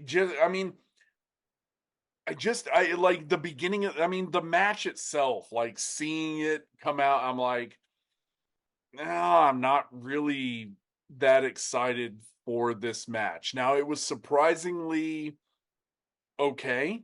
Real quick, just, couple of seconds, because I actually don't know this. Were you an ECW fan? Hell no. No, I'm just kidding. I was totally. Oh man, like it was like I wasn't necessarily a fan. I just didn't know what it was at the time. Like realistically, it was one of those that like, man, I caught it every once in a while on Friday nights, when I remembered that it was on TNN. And even now, like in retrospect, when hearing Paul Heyman talk about the weird contract they had with TNN and stuff that they didn't advertise them and everything, Yeah. I remember knowing about them through like internet, like chat groups and stuff, and not going out of my way to find a lot of their stuff. And when I did, I was like, oh, this is kind of cool, like some of the matches they put on, but like, the production value was dramatically lower versus the WCW, the WWE that we've been programmed into at this time and immersed with. Like, they're advertised everywhere. You're getting merchandise. Like, ECW is just basically the indies on TV. But yeah, I mean, I wish they would have had more appreciation to them when they were on TV. I was never just Mike Awesome was very just kind of milk toast would be the best way to put him. Like in ECW, Mike Awesome was just he was like the big he was almost like the ECW equivalent of Kevin Nash.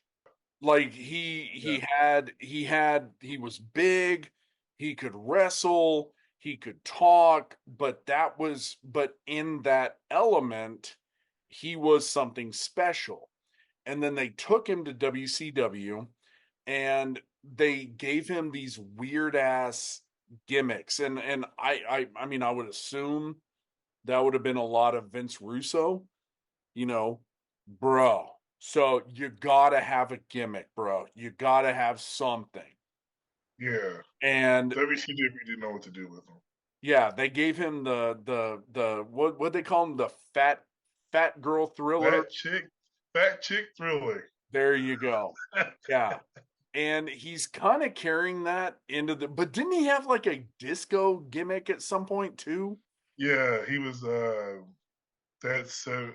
forgot what his full name was, but he came That out with the bus, yeah, and it was like that the 70s guy or something. Yeah, that's what it was. Yeah, that 70s guy, Mike Awesome.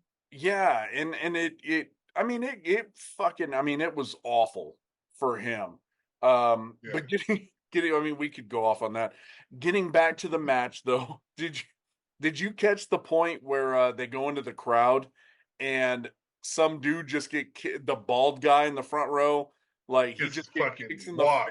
face. Yeah, he gets kicked in the face and like he's like Yeah, that was me on TV. like I Oh just got man. my jaw broken, but yeah. You Oh, don't sign no release waivers over here, pal. but so this was another match though that it was the officiating in it was just completely off the rails. So they start the match out fighting around the ring and everything. Then they get back in the ring and there's no bell for it to like, hey, this match has officially started. Yeah. You don't know it officially started unless you listen to the actual announcers, like commentating, like, okay, now the match has officially started. Yeah. Yeah. It was good. Like, it was weird. Like you said, it was weird to start to shut the match like that. They put some of that ECW edge into it because that's how Mike Awesome wrestled in ECW. That's how he wrestled in Japan. Like, he would like the one redeeming quality about Mike Awesome for his size.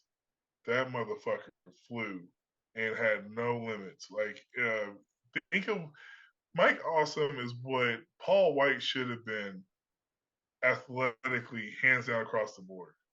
But then he got too ahead of himself and got massive in size, and then was just the Big Show.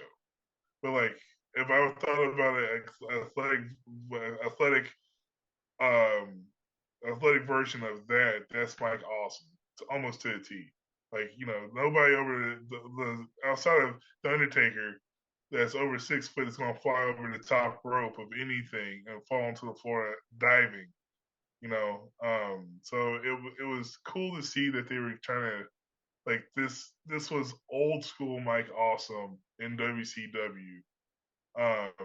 to a point where it was like more appreciative before, in between all that hokey shit they tried to make up for him. Like, this is what Mike Awesome needed to be. But yeah, I think you're right. I mean, his talent is very much underrated for his run in WCW. I think they could have done more with him, but I mean, but what are you going to do? I mean, when you've got Vince Russo and you've got and we'll get to it here in just a little bit, the politicking. I mean, there's no room for Mike Awesome coming from working with a guy like Paul Heyman to this mega corporation. I don't know if you caught this, because he was in multiple matches. This redhead ref that looked like fucking never gonna give you up, never gonna let Rick Roll. no, what's his name? Rick Ashby or Ashbill or whatever. Yeah, Like, that dude is awful. he's Like, awfully, and he's awkward. yeah, there's multiple times where it's like, dude, you awkward. There's multiple times where it's like, you just counted to 3, man. Like, there is no hiding it. Like, you hit that mat for the 3rd time, dude. And it's kind of becoming a distraction. Yeah, I'm like, is this over? Or is this like, I'm confused? But all right, no, Well, you suck at this. yeah, speaking about confused, was this a hardcore match? And the No, Tony Schiavone makes the point, and I think he did it too in the pay-per-view we were watching for Monday Nitro. He makes the point in saying, "Oh, kudos to the officiating crew for letting these matches go and letting them compete and all of that." But I really think they were just kind of. He at one point uses the term relaxing the rules, and I think that was just cover up for them doing dumb shit. You mean lazy refereeing? Yes. Yeah, well, no, it's not lazy refereeing. I'm not going to put the blame on the refs for that one. I'm going to put the blame on the people higher up for not giving them any kind of guidance. There you go. Did you see though, during this match, there was a point that Scott Steiner did a belly to belly suplex, and Mike Awesome landed right on his fucking head. Yeah. And I swear to God, I heard something crack. He's always had neck issues. That's always been one of his bigger things. And I remember, like, whenever I've heard of Mike Awesome being sidelined or anything, like, it's always something neck related, and just like a bunch of that whipping effect and getting suplex all over the place. Because in Japan, I hope he's okay. Because like there was the last suplex he took was a T-bone one after the match ended. That one looked gnarly. Yeah. Yeah. Well, I mean, like, if you're hoping that he's currently okay, I'm going to end up disappointing you in that context. Yeah. I mean, he's rested well. He's well rested. Yeah. Did you see so there's a moment where they go for a pin, and I think it was I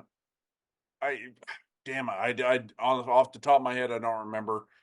Somebody pins somebody in this match, obviously, and I think it's Awesome, Mike Awesome. He grabs the rope, and the referee is on the other side, so he can't see it. So he kicks out. Yeah. It defeats the whole purpose of grabbing the rope, dude. Yeah. And then what was even crazier is at the same moment, the announcers have made mention to it. Like, oh, you grabbed the rope. Oh, but but the ref's not in the right way, so he has to kick out. And like they're justifying these things that should be completely practiced the right way. Again, something that could have ended the match and gone on to do more the ending of this match, I have no idea what the fuck happened. Like, I seriously, like, I don't know. You had Steiner going for the Steiner recliner, and then Ernest the Cat Miller comes out, and he doesn't even put him in the whole, like, Steiner recliner, and Ernest the Cat is like, oh, you're stripped of the title, and he leaves with the belt, and then I don't know. Please, Lathan, do me a favor and please explain the ending of this match to me like I'm fucking 3 years old, please. All right. This was the wrong time not to drink for a podcast. All right. That's why I always try to tell you that. So, basically, from what I could decipher from Ernest the Cat's rambles, is that the Steiner recliner was an illegal move that he couldn't use in the match. And so if he was to put it on him, he's going to strip him of the title. And so this is Scott Steiner trying to be anti-authority, a la Stone Cold Steve Austin, flips off Cat, puts him in the recliner, and then there you go. He lost he got stripped of it. So Mike Awesome didn't win the title. He won by disqualification. Ernest the Cat strips him of the title. I will tell you after this, they have a U.S. title tournament that crowns a new winner, which ironically enough is still Mike Awesome. Great. I'm like, and so it's just it's a long way around. There's a part of me that was like, this match is a good match for what it's worth, because at this time, huge Scott Steiner fan, big bad booty daddy, picking on his freak of the week. But like, he was still a good hand in the ring. I forgot about that. Yeah. He's your hookup. Holler if you hear me. Yeah. But like, it was a big man bumping meat match, and that's what it was supposed to be. All right, so that's a good leeway in, man. Let's I'm really curious about the rating on this match, what you rated it, because I think so most of this whole show, you and I have been pretty even on where we're looking at stuff. So what did you give this match? Surprisingly, a 2.1. Ooh. Yeah. Okay. It could have been higher, but like I said, Ernest Cat kind of took me out of it. From my standpoint, it did give me notes of what I remember hearing about Mike Awesome back at the time. And then also with being, 20 years later, like remembering like some of the highlights I've seen of Mike Awesome over the years and stuff, and then reminding myself that Scott Steiner, no matter what WWE makes me remind myself of him, was actually a good wrestler at one particular point in time in his career. So I gave it a bit higher. I gave it a 2.8, just because the match itself was good.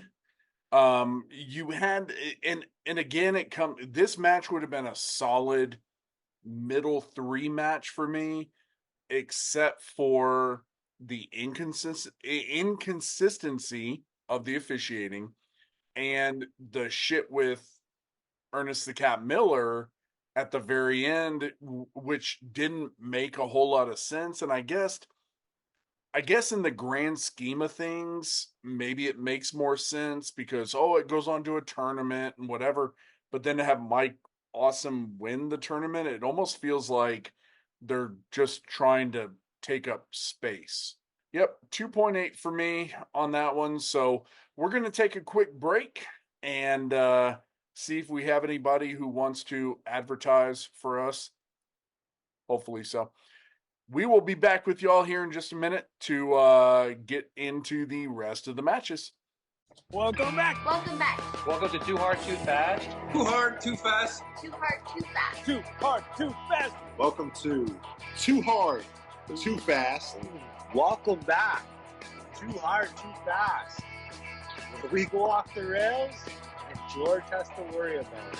So here we go. Find Too Hard, Too Fast podcast on Apple, Spotify, and YouTube. And welcome back, everybody. So next up on the Bash at the Beach 2000 show, we have to talk about the Demon, Dale Torborg versus Vampiro. And I guess it's a graveyard match, which this is like the worst version of a graveyard match you could ever imagine, because the majority of it is lit by a flashlight. A floating flashlight. What the? Again, is nobody thinking about this beforehand? Like, hey, we want to have a graveyard match. Okay, cool. Maybe if we do it at night, we should have a flashlight or some kind of lighting in the location. Good God, dude. This was like, I think I listened to the match more than actually watched it, because they're I mean, other than the Gene Simmons wannabe, this is horrible. Like, it's the concept is cool, but like it's just really poorly put together. This is like literally like, okay, we're here to set up to do the match. Jerry, did you bring the lights? Oh fuck. Fucking Jerry. And they're like, oh man, but they're back in Atlanta and we're already over here in Florida. Like, so what do we do? Well, it's midnight, so the freight harbor is already closed, so we can't go get spotlights real quick. So, oh, I got an emergency flashlight. I was like, oh, okay, cool. Well, fuck it, we'll roll with that. Let's have fun with that. We need some D cells. Anybody got any D's? Yeah. And that's a good transition, actually. Speaking of D's, we have the Wish version of China involved in this. Asia. Yeah. God, how? I mean, like, really, you're gonna go that like, okay? Should we call her Japan? Well, no, that doesn't make any sense. Okay, what about how about we call her Vietnam? No. Well, what if we just encompass the whole region and call her Asia? We'll roll with that. Say less. God, so this match is just so awful. I mean, so awful. So you have the Demon and Asia show up, and you've got Charles Robinson with them, and the Demon is trying to get Charles Robinson to stay with Asia at like the entrance. Yeah. And it's like, he's the ref. He's the one who's gonna like call the match. So he kind of has to go with you. And they're and the announcers, for all their credit for this whole show, like, they did nothing for this match. Like, you got the Demon looking for Vampiro, and they're walking around this cemetery. And then all of a sudden they're like, he was in the tree. Like, the dude jumps out. He's in the tree. Oh, he was in the tree. Like, what are you doing? Horrible, horrid. Like, it was one of those. So the funniest part to start the match was the Demon Del Torborg had a torch, which was the handle of his sword, flipped upside down, and that was like, all right, this is what we got to run with.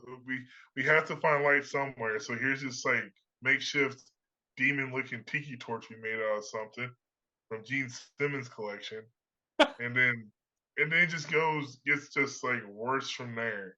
and I could see where the match was supposed. Like, listen, we'll just fast forward through all of it. We know where the match was. Like, the match was supposed to end the way it ended, No, and I won't spoil it yet. no, but, no. We can't fast forward past the moment where Charles Robinson, after Asia is kidnapped by Vampiro, you hear Charles Robinson go, "I'll wait here." And then the demon starts to walk away and he goes, "Wait for me."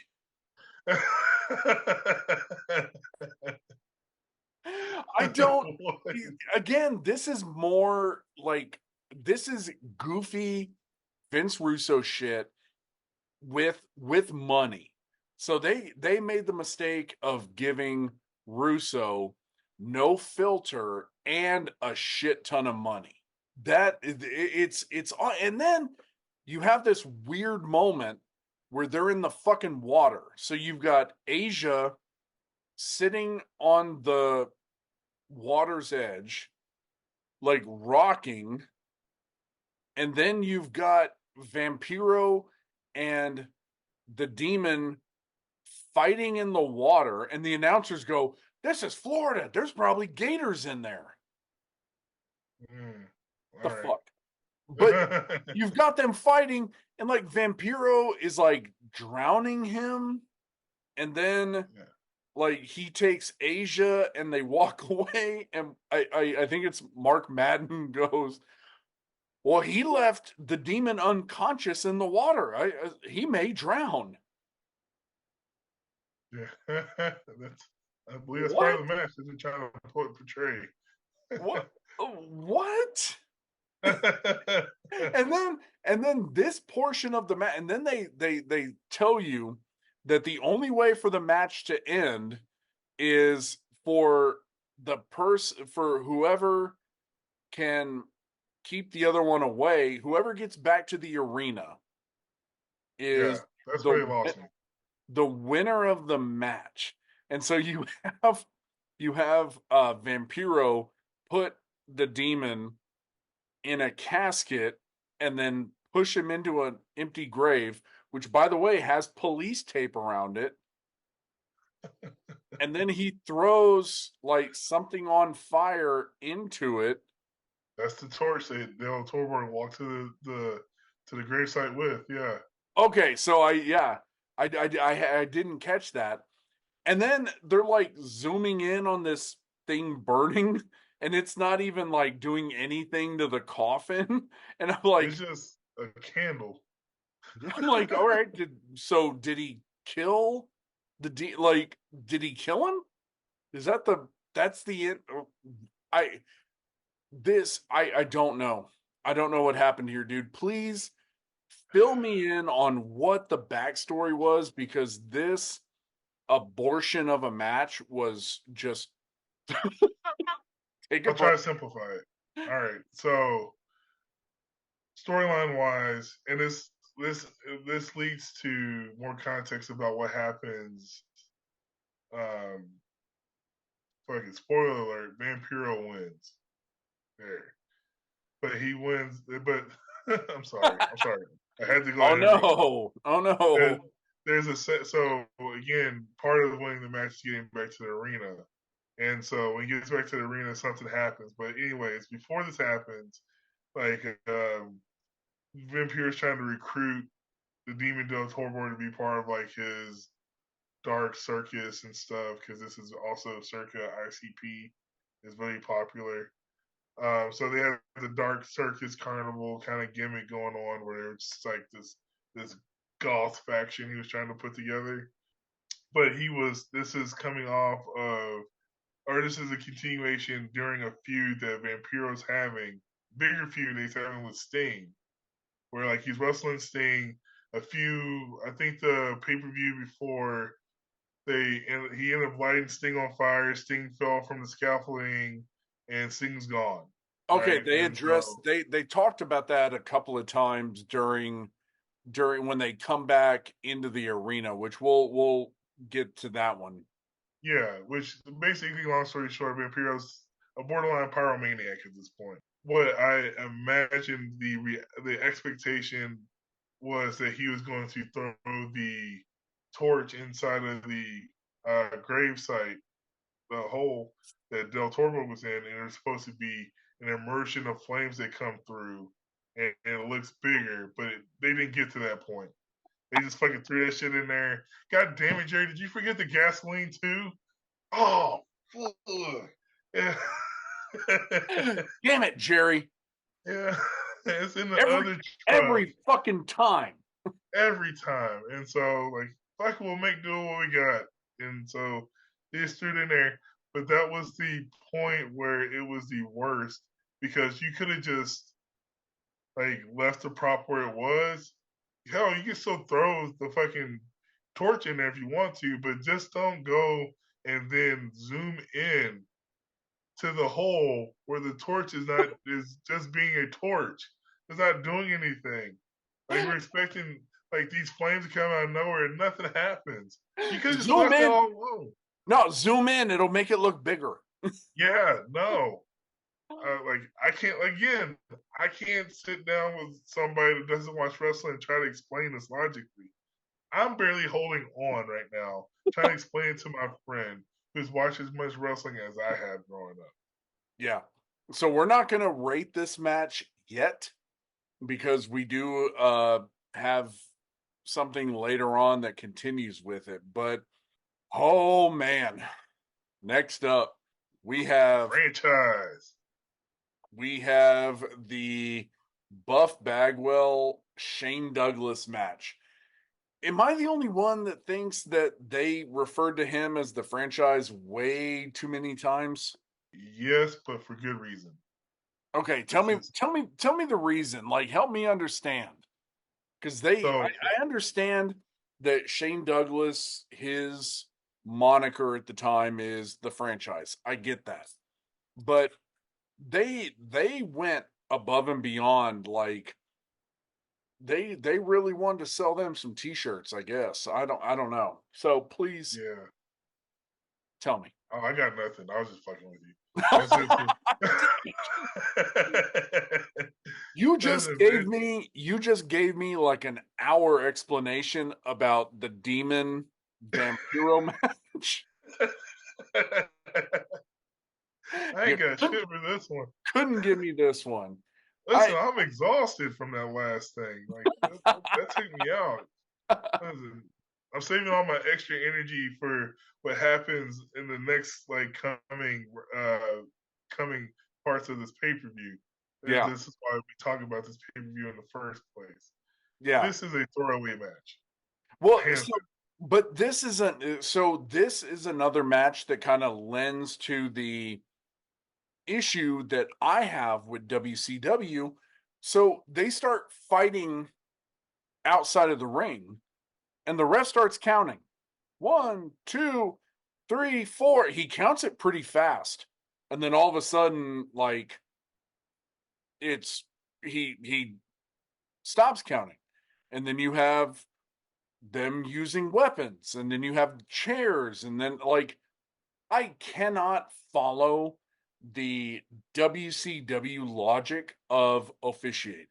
Like, there is no rhyme nor reason of how I'm like, it is at this point, it's so fucking distracting that I can't get around it. Yeah, no, you're not wrong. I mean, it does. I mean, this is one of the matches that pinpoints a lot of confusion. If you look at it, yes. Try not to think about it too much, but I was easily distracted by realizing this is when I didn't think about it. I just knew that the cake was gone. I was like, oh, they finally got rid of the cake. How did they do that? We'll save that for later. And then they exposed to me that they did the most basic thing and just flipped the fucking mats like I didn't think they would do. Yeah. Yeah, you had it, and I like to imagine. So they flipped the mat, and really they didn't need to flip the mat, but they flipped the mat and you see the cake on it. So I like to imagine you've got that one guy who is like, look, we can't get the cake cleaned up. We can't do. Okay, what if we flip the mats? Fucking genius. They're not even gonna work. Beautiful. Let's do it. Let's flip them. Not even gonna worry about it. Not gonna have that going on. And then this match, and they pull the mat back, and you see all the cake. I want to have that one dude who's like, come on, man, it was a good idea. Like, oh man, just somebody got fired after that night. That's for damn sure. On the cleanup crew. That was probably the last time they ever used cake in a match. It's WCW. It probably wasn't. I mean, honestly, we're kind of like about less than a year away from them being done. So probably imagine that was the last time they ever used cake. So we get our first view of Tori Wilson, which I kind of forgot that she was in WCW. And you get you get more confusing shit with Tori Wilson. So she comes in and she slaps Shane Douglas and then parades around and then pretends to be interested in Bagwell. And then she does the stereotypical, like, Bagwell turns around and is boasting, and everything. And she just kicks him in the taint. I think as much as I like Tori Wilson, she really took away from this match. Definitely. I mean, Tori Wilson's just smoking outside, let's be clear. But you can tell she's new to this. A running theme with like the girls that they choose to present on screen, excluding Stacy Keibler. They basically Stacy Keibler and Daphne more specifically in the show. Everybody else has been augmentated from the front and with these two just giant orbs in their chest. And this is a sign of this pay-per-view in a sense is 2000 AF. It's like the skinny, super small chicks with the really big boobs and everything's all in your face and it's like super tight everywhere and like it was a different time back then. And it's a really weird capsule of the time frame that we're living in because like it's sort of like low-rise jeans. You don't really see them anymore, but you knew they existed at one point in time, and they were cool at the time. But like there's a difference in the aesthetics in the beauty department versus what we used to grow up with and stuff. Like these super huge blue bucks and blondes and stuff, and like it was interesting to say the least. I love me some. I still love me some low-rise jeans. I mean, who wouldn't? Especially with a big pair of boobs, right? Right. No meat in the back. It's gonna be like a fucking pancake. But yeah, it's like a couple crepes back there. But got the girls built like a uppercase P and stuff. Yeah.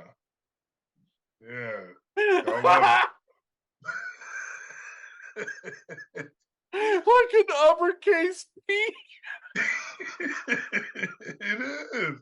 And that's why they're all built. Bless their hearts. I mean, oh shit. This is definitely pre-BBL season. So oh shit. All right.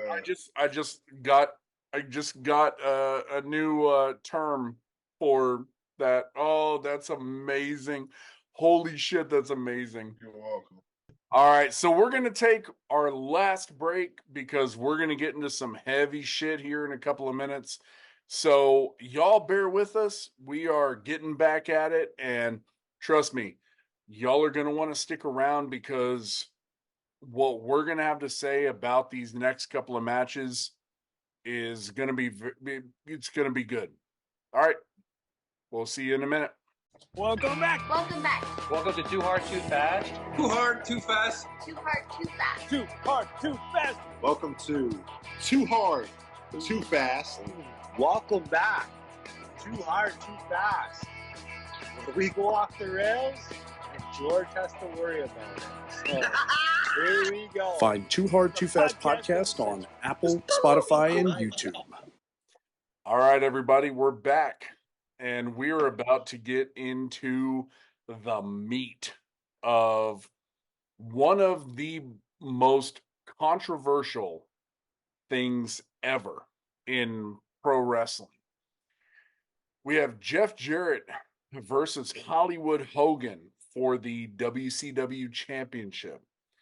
And the match starts off, we got Michael Buffer, which I love Michael Buffer. His announcing always seemed to kind of take WCW main events to that next level. I think it legitimized them a bit more. But you get that weird kind of moment where Jeff Jarrett doesn't come out and they wait, and then he finally comes out. You get Hollywood Hogan's entrance. So I'm going to go ahead and assume everybody listening and watching knows about this match, right? So we're going to kind of skip the play-by-play on it. And Lathan, I'm going to ask you the question, man, the $1 million question on this one. Was this a shoot or a work?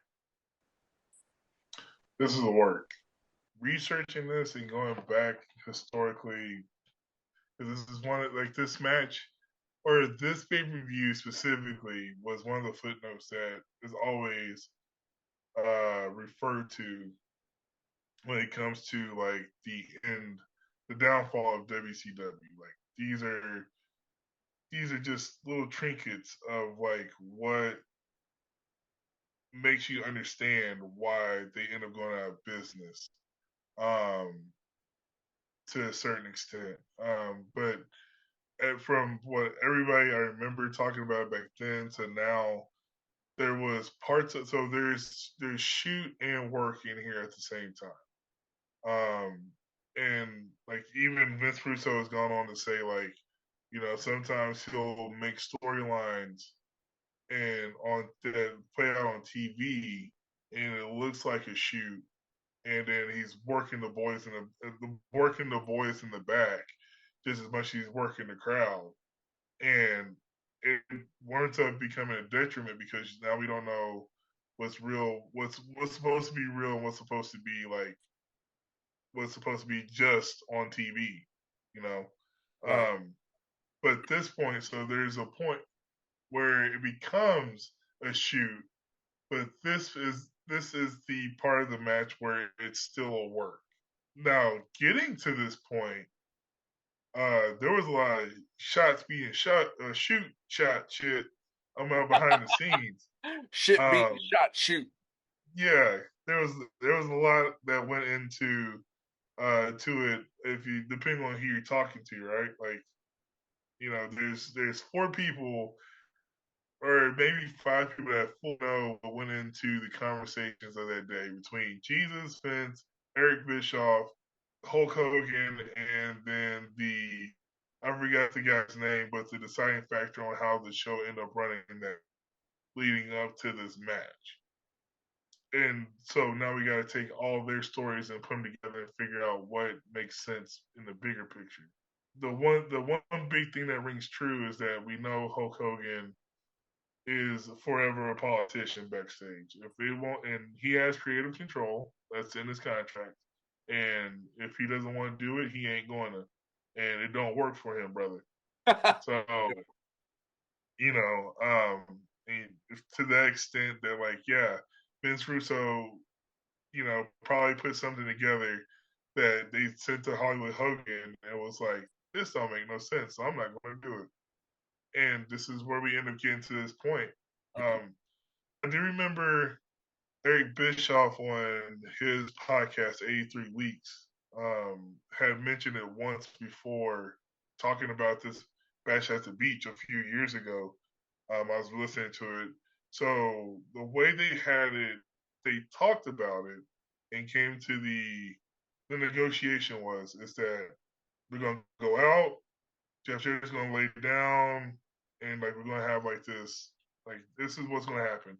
Jeff Jarrett's gonna lay down, you're gonna pin him, grab the title, leave, and then there was eventually going to be a title tournament to crown a new heavyweight champion in the next foregoing months to play the long game, and then like let Hogan have a break off the road, and then like they'll have be the highlight of the tournament, and then like Hogan's like, oh, but like that's not the real title. You haven't won anything. You have to beat me. And it leads into a whole nother title defense story going on there. Then we know how everything plays out, and it looks like a shoot, sounds like a shoot, but realistically, what took me into it that made it sound like a work to me, Hulk Hogan got on the microphone. Yeah. And started talking. Then he started talking like Hulk Hogan talks in a promo sometimes, but with a bullshit added in there. And I'm like, oh, Hulk Hogan cuss. Oh man, Hulk Hogan doesn't cuss, so like it looks like it's real. And so, yeah. So I always thought, to a certain extent, I thought it was a work at first, but then, or a shoot at first, but then looking back at it a couple times again, it looks more like a work. I'm going to disagree with you on that. So we have the benefit now of we're 24 years later, right? And now you've got people saying, "Oh no, that's what we meant to do. That was the plan. That's what we meant to do." But you have conflicting stories between Bischoff, Hogan, Jarrett, and Russo. I'll disagree with you on it that Hogan did not go into the Hulk Hogan style response with the, well, let me tell you something, Vince Russo. Like he got the mic and he was like, is this your doing? And even in that moment, he's telling Jarrett outside of the mic, he's like, don't do this, get up. And he's trying to tell him, like, get up. I think now that we're in the moment this many years later, that all parties are like, oh yeah, no, we meant to do that. We meant to have this moment. This was planned. I don't think it was. I think we're now at the point where they want to protect the kayfabe style and say, "Oh no, we knew what we were doing. We had this from the get-go. This was the idea." I will agree with you. I think that the whole thing with them saying, oh, them going back and forth all day, which we'll talk about here in a minute with Vince Russo's promo, I think that had a lot of truth to it, but I think this was not a work. Vince Russo seems pissed off. His body language, him throwing the belt. I think this was all a shoot. Yeah, I can see that. I don't know. It goes back and forth. The one thing I did take away from it, because after so many times hearing the stories play out through documentaries and stuff over the years and podcasts and reliving the tales, and you kind of put rose tinted glasses on situations. Up until recently, up until like 6 months ago when the Dark Side of the Ring actually did a did a episode about this match or this pay per view, like I never heard Jeff Jarrett's side of the story, and he was the plot device in the ring that had to kind of make this kind of go the way it did end up going. And even at the time, I think what stuck with me more, thinking it was a work, is like him not wanting to do it. Like he's like, Vince, this is stupid. For him being in like wrestling for as long as he's been, with his dad and his mom running companies and organizations over the years, like he knows how to go out and do business. Like it wouldn't be his decision to go out there and do this. To a certain extent, Vince Russo doesn't come from wrestling. He comes from tabloid background and magazines. So his idea contrast for what looks good in the ring doesn't make sense to a good old boy like Jeff Jarrett. That's why it's in a sense why he didn't come out the first time, but eventually got forced out there to actually take the pinfall. But like it was, as far as everybody else that was involved, like Jeff Jarrett, taken for Jeff Jarrett for what he said he knew, he didn't know what was the match was going to be until like 45 minutes before he went out, and was trying to talk Vince down from that. It was a shoot work. It was a work shoot. Like both could be right at the same time. But yeah, I thought it was a work.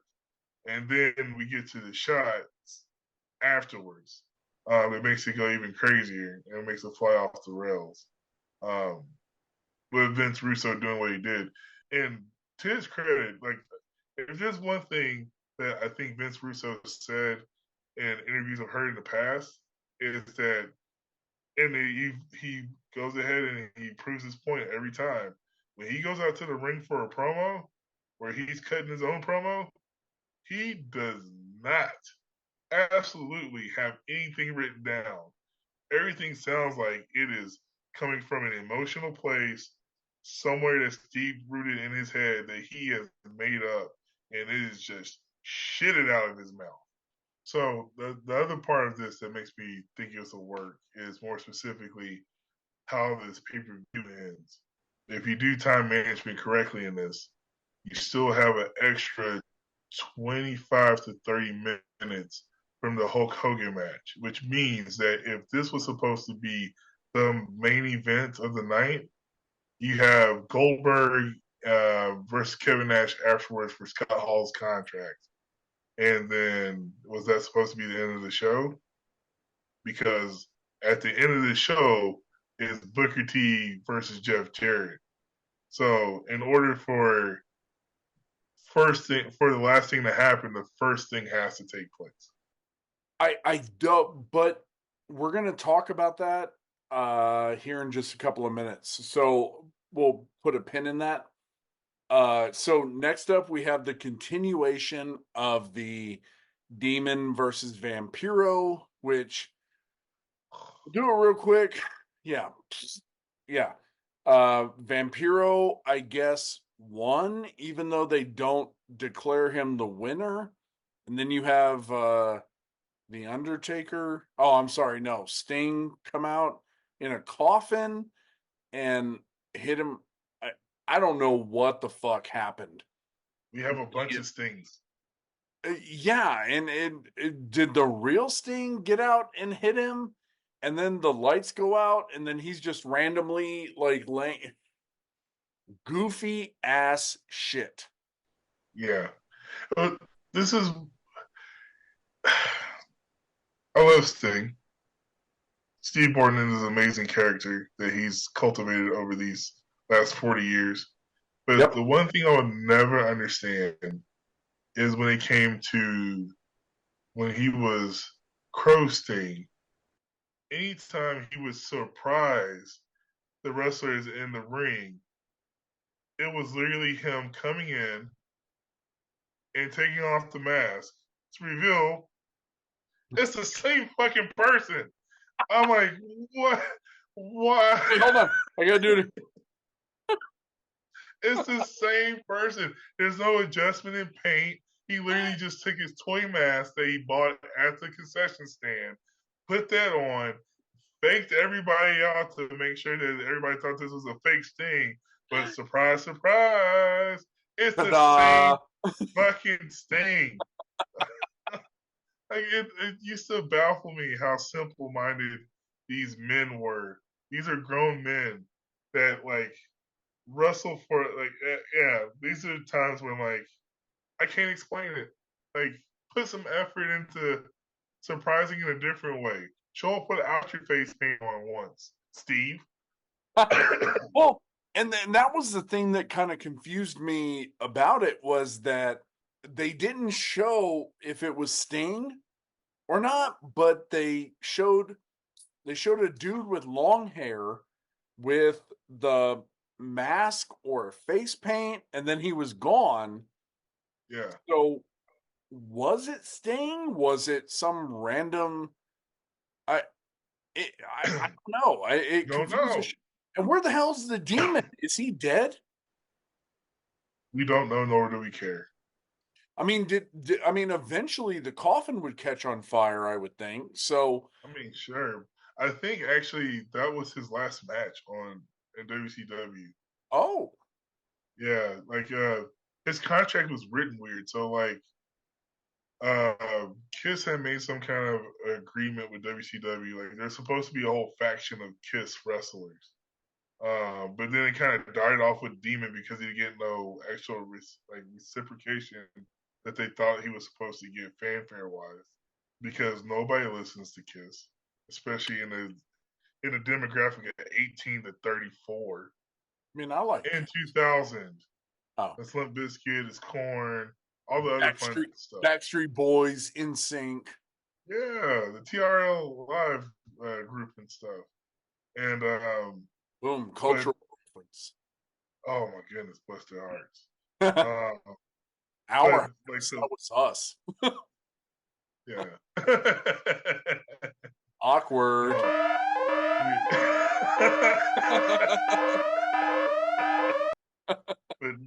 but no, his contract. So in the contract for Kiss, they had the agreement that the wrestler that was based on them would have 2 main event matches in his contract. And I think this was them given to that, and like he's kind of written off. You don't really hear him anymore. He stops going by the Demon Del Torborg. He just goes by Del Torborg eventually after a while. Oh, good. And, yeah, like he's fine. This is what I'm trying to say.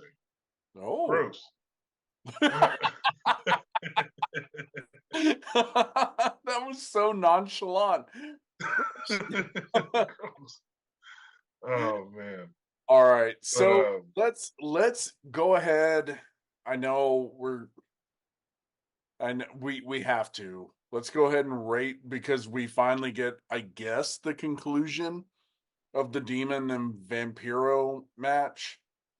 So let's go ahead and rate that one, even though it's been like an hour since he killed the Demon. So what would you give that match? Oh god damn it, Jerry. 0.001. Wow. Yeah, this is horrible.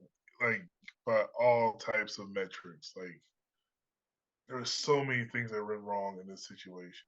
Well, I'll do the one small thing I will appreciate with this moment is that when Vampiro walks in, Hulk Hogan exits. Oh yeah. That's the last time you see Hulk Hogan in WCW. Yep, and I thought about that too. Was like even the announcers are like, "Oh, there goes Hulk Hogan." I'll give it a 0.02. Yeah, there was really nothing about this match that I enjoyed.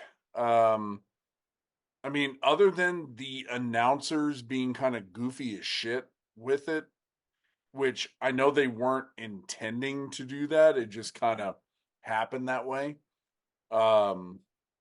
Yeah, it was bad, but we're going to get to another piece of the chunk that is this pay-per-view. So next up, we have the impromptu Vince Russo promo. And as my brother from another mother and father alluded to, Vince Russo comes out and he cuts a scathing promo.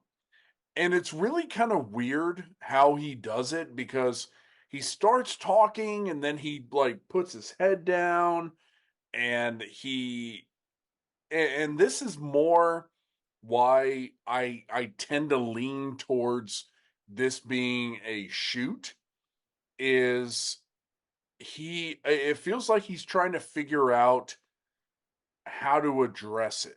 And there's multiple times in this where it seems like he's so fired up, like he's almost crying. You know what I mean? Like, Yeah, 'cause he's a bitch. well, that may be true too. I mean, that's probably true too. But I mean, you're so emotionally invested and like I mean, it's pretty hardcore. Anybody listening, I don't think you're going to listen to this podcast or watch this podcast without knowing what we're talking about.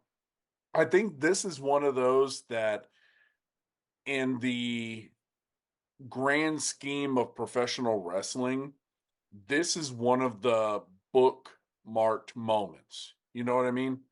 Like, Yeah. this is something that every pro wrestling fan should at some point see. If this is really a work from beginning to end, then this is one of the best pieces of storytelling, honestly, has ever been done in pro wrestling. And that's why I don't think it is, because it goes nowhere. Oh, this is where I'll say the shoot comes in. This is where like everybody's story starts to converge in a correct manner. So you have one side versus one side. And the one thing I remember hearing more specifically between everybody's story is that like they don't know Vince Russo's gonna go cut this promo. Vince Russo, for what it's worth, he doesn't say much of anything that seems like truth sometimes when it comes to the wrestling business. But the one thing is for sure that whenever he has a mic in his hand live, he typically runs off at the mouth and it becomes a bunch of diarrhea. And so, yes, he is passionate. He can be perceived as passionate when displaying it, when talking about the guys in the back and stuff, because he's still a promoter trying to produce these and build these mid card wrestlers up and give them credence. And to his benefit and backstage, he's always tried to make sure everybody had a place on the card. Even in WWE, like that like everybody was involved in something somewhere, top to bottom. I don't mean to go on a full tirade of shit. No, I'm not Jim Cornette. I don't hate Vince Russo, but like you can tell there are tracks in his career where like it's really good, motherfucker, and it gets really fucking bad, and this gets really bad.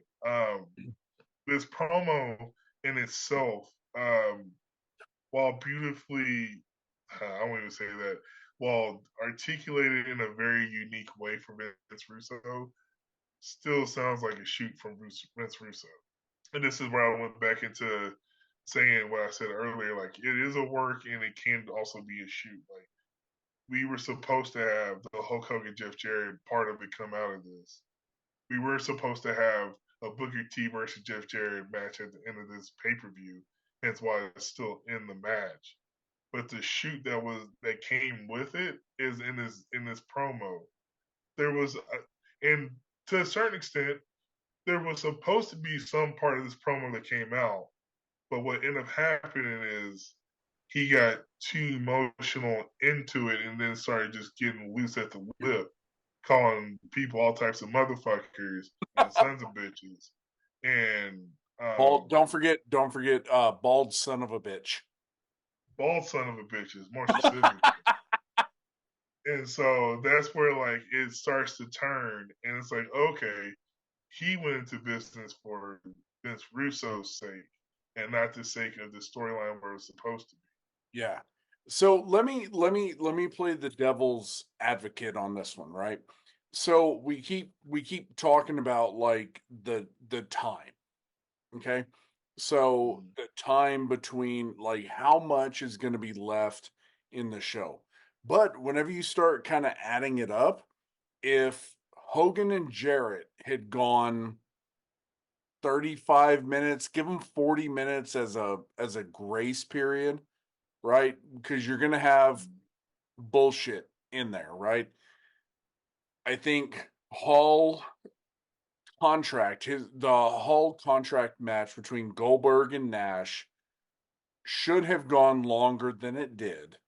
So you give that one 30, 40 minutes, it kind of closes the gap between the time frame you're talking about. So I think the stuff that happened again, it frustration from Vince Russo because of how Hogan handled stuff, and with like Vampiro coming in, Hogan leaving, I don't think that was meant to happen. I think Hogan he's not even carrying the belt. He's walking out and some kid has the belt in his hand. So I think there's a lot of credence to go to this is being called now. Nick. There's two boys though, so I don't know because I went back, I actually rewound it to look, and I was thinking, okay, maybe one is Nick, one is Brooke, but they're both boys, so I don't know who it would be, but I think I'm still gonna err on the side of this was a shoot that now we're 24 years later that they can say, oh no, it was a work. No. We meant for this to happen. But then Vince Russo went on his own. But of course, Russo claims that no, this was all planned. So you never know who to believe. That was his plan. That promo was his plan. Right. But Yeah. he's not gonna in a company like WCW, he's not gonna do that without somebody saying, yes, okay, go ahead. Yeah, it's fine. Especially with what we've learned later on about how heavy-handed they were in controlling. I think this will be something that wrestling fans can debate till the end of time, and whether everybody says yes it was a work or yes it was a shoot, we will still all debate that. But we know that the next thing that we have up is a match between Kevin Nash and Goldberg, and it's for Scott Hall's contract. The announcers going into this just look confused as shit, because they're even pulling up their fucking schedule and the notes and everything. They're like, yeah, this isn't on here. We don't know what's happening. And I'm going to ask you, because I didn't rewind this because I was at work. Kevin Nash walks out and he walks by Scott Steiner, who's randomly standing in the corner of like a window or something. Scott Steiner has like a posture like he is having something done to him. And do you know what was happening in that moment? I want to be transparent here. I did not watch that part.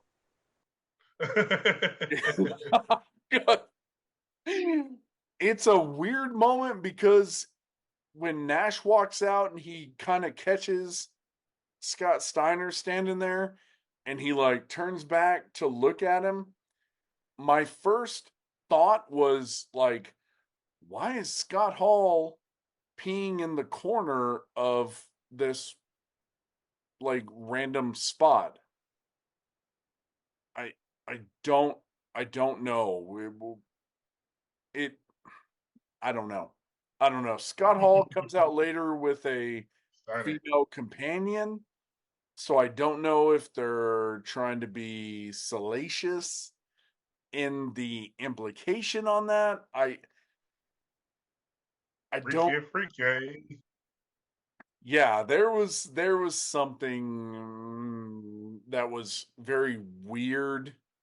Again, awkward.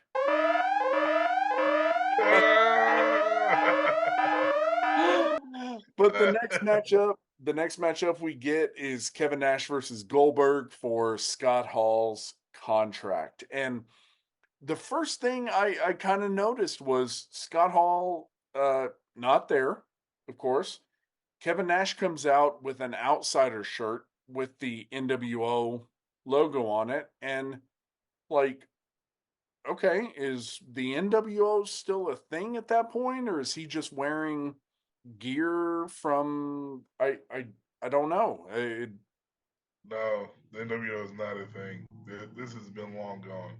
Yeah. Well, I know we had at the end of the time with WCW, we had that reformation of the NWO with Hall, Nash, Bret Hart, and Jeff Jarrett. Mm-hmm. This is before that.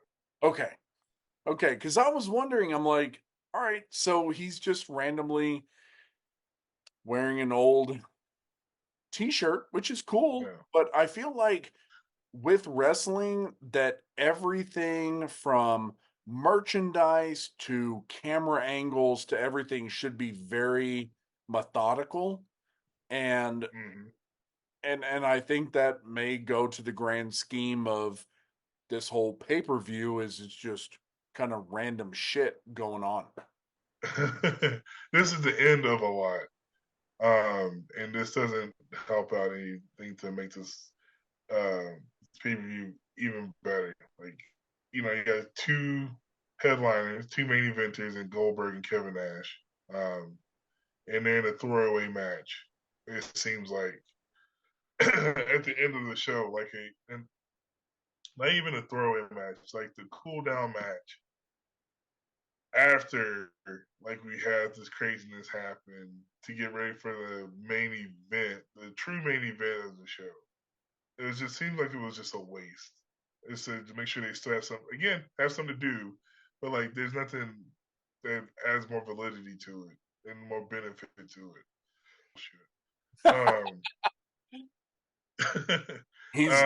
He's mad because this is the last time we see Hulk Hogan in WCW. So as a black man, I know you're upset about that. Oh man, but not even his best highlight role of his whole career yet. Thanks, Bubba the Love Sponge. Oh my goodness. But yeah, man. Like it was the match. It came and went. Nothing too crazy about it. So yeah, I think some of the biggest takeaways from this match. So they talk about the debut of the Outsiders aligning with Hulk Hogan, Hollywood Hogan at that time. I found it really funny, or really kind of, it was funny, but it took me back for a second that we're only 4 years from the debut of the NWO. So 4 years, they said, to the day, in the same arena was the debut of the NWO, where Hollywood or Hulk Hogan aligned himself with the Outsiders. And really kind of thinking about that, like, holy shit, like 4 years, that's it?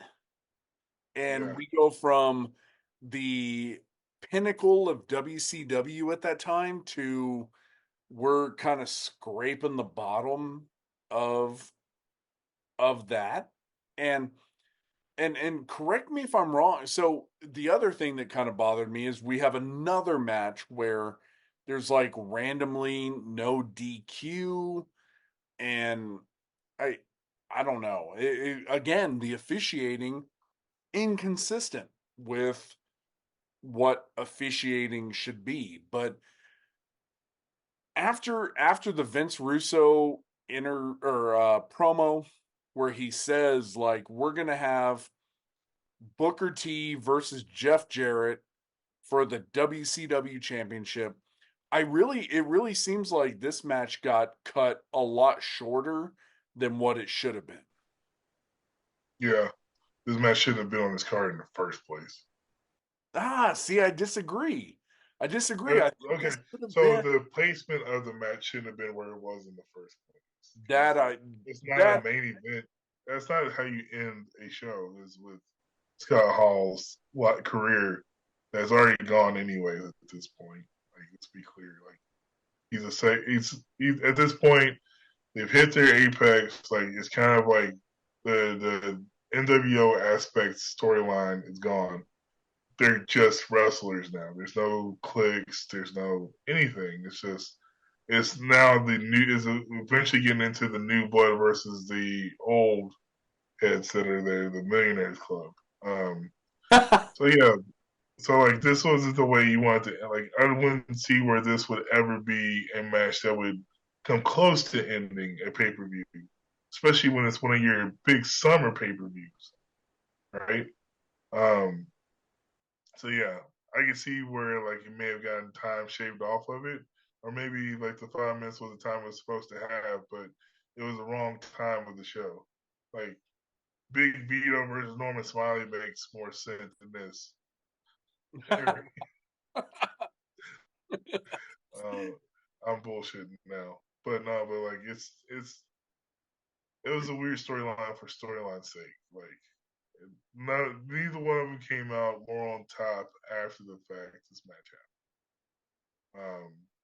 At this time, you're circling the drain.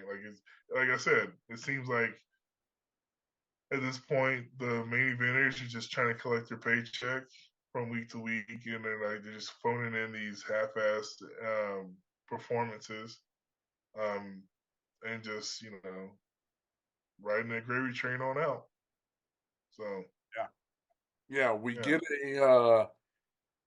another kind of convoluted ending to this match, which Goldberg wins, and so Scott Hall's contract is done, which it's not from my memory of that. So who knows what the whole point of this whole thing was? But Lathan, what'd you give that match?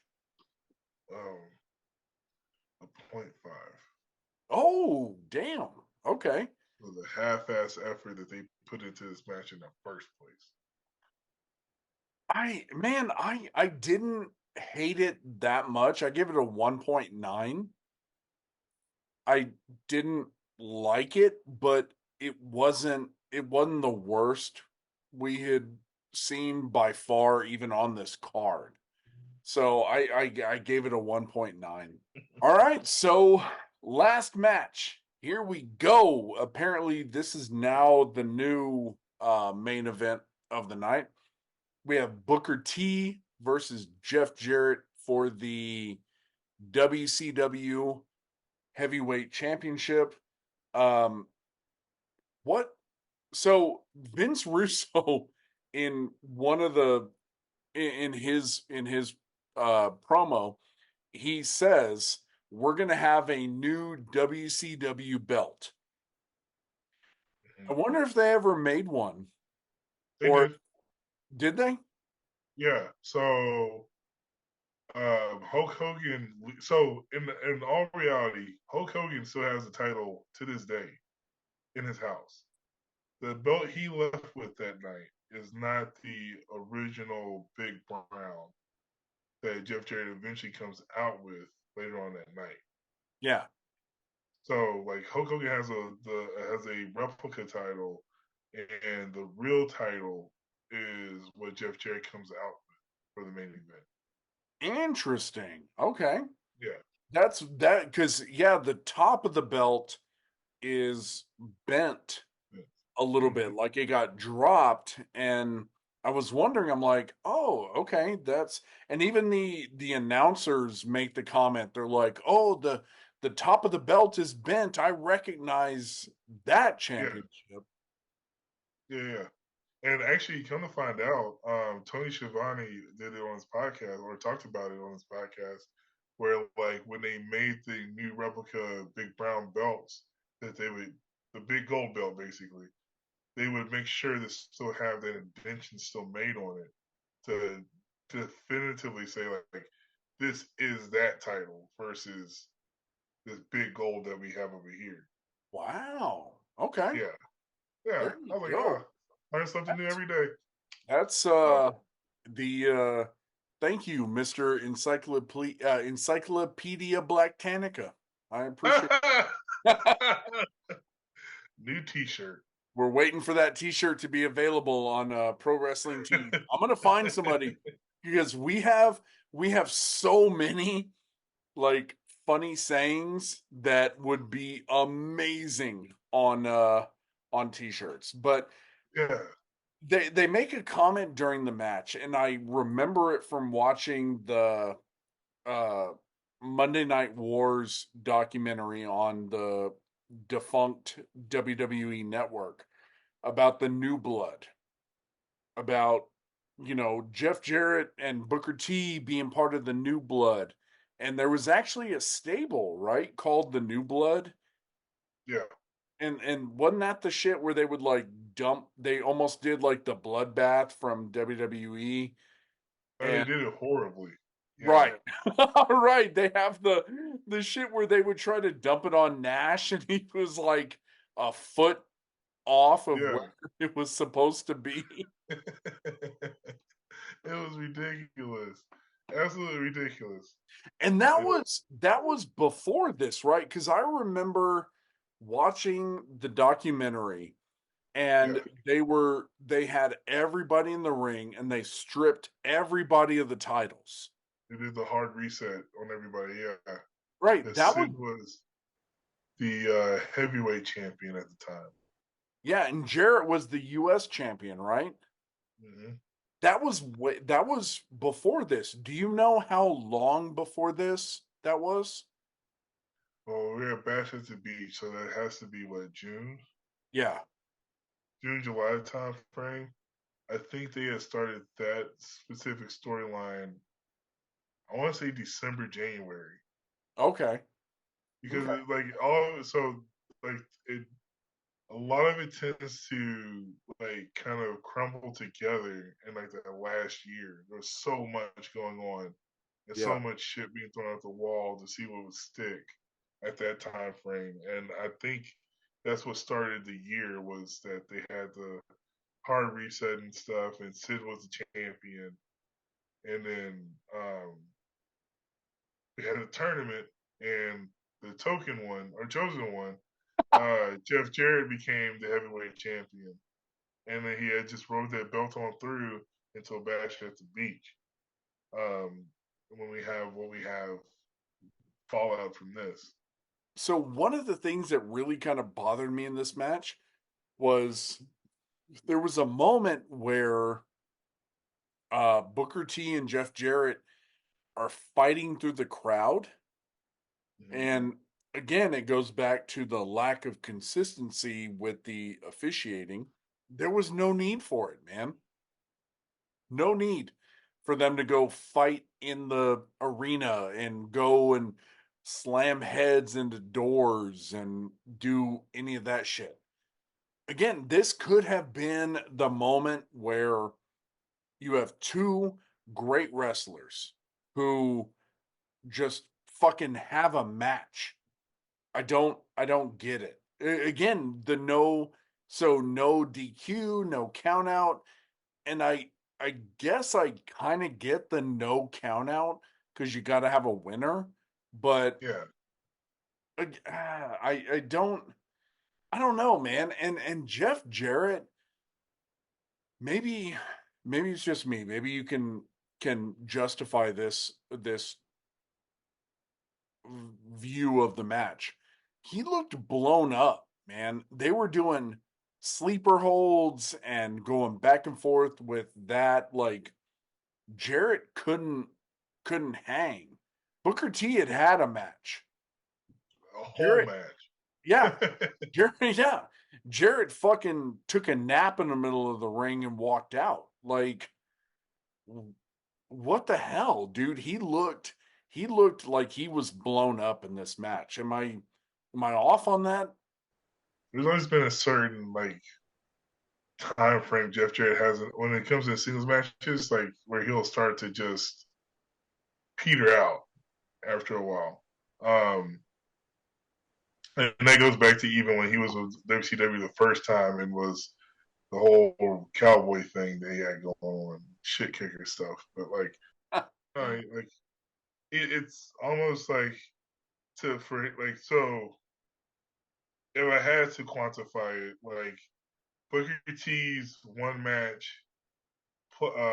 is equivalent to Jeff Jarrett having to do the first lay down with Hulk Hogan, and then run out to do the interference with Booker T earlier, and then running around with the fat chicks all night and doing all the little promos behind it. So cumulatively speaking, they both technically had the same match.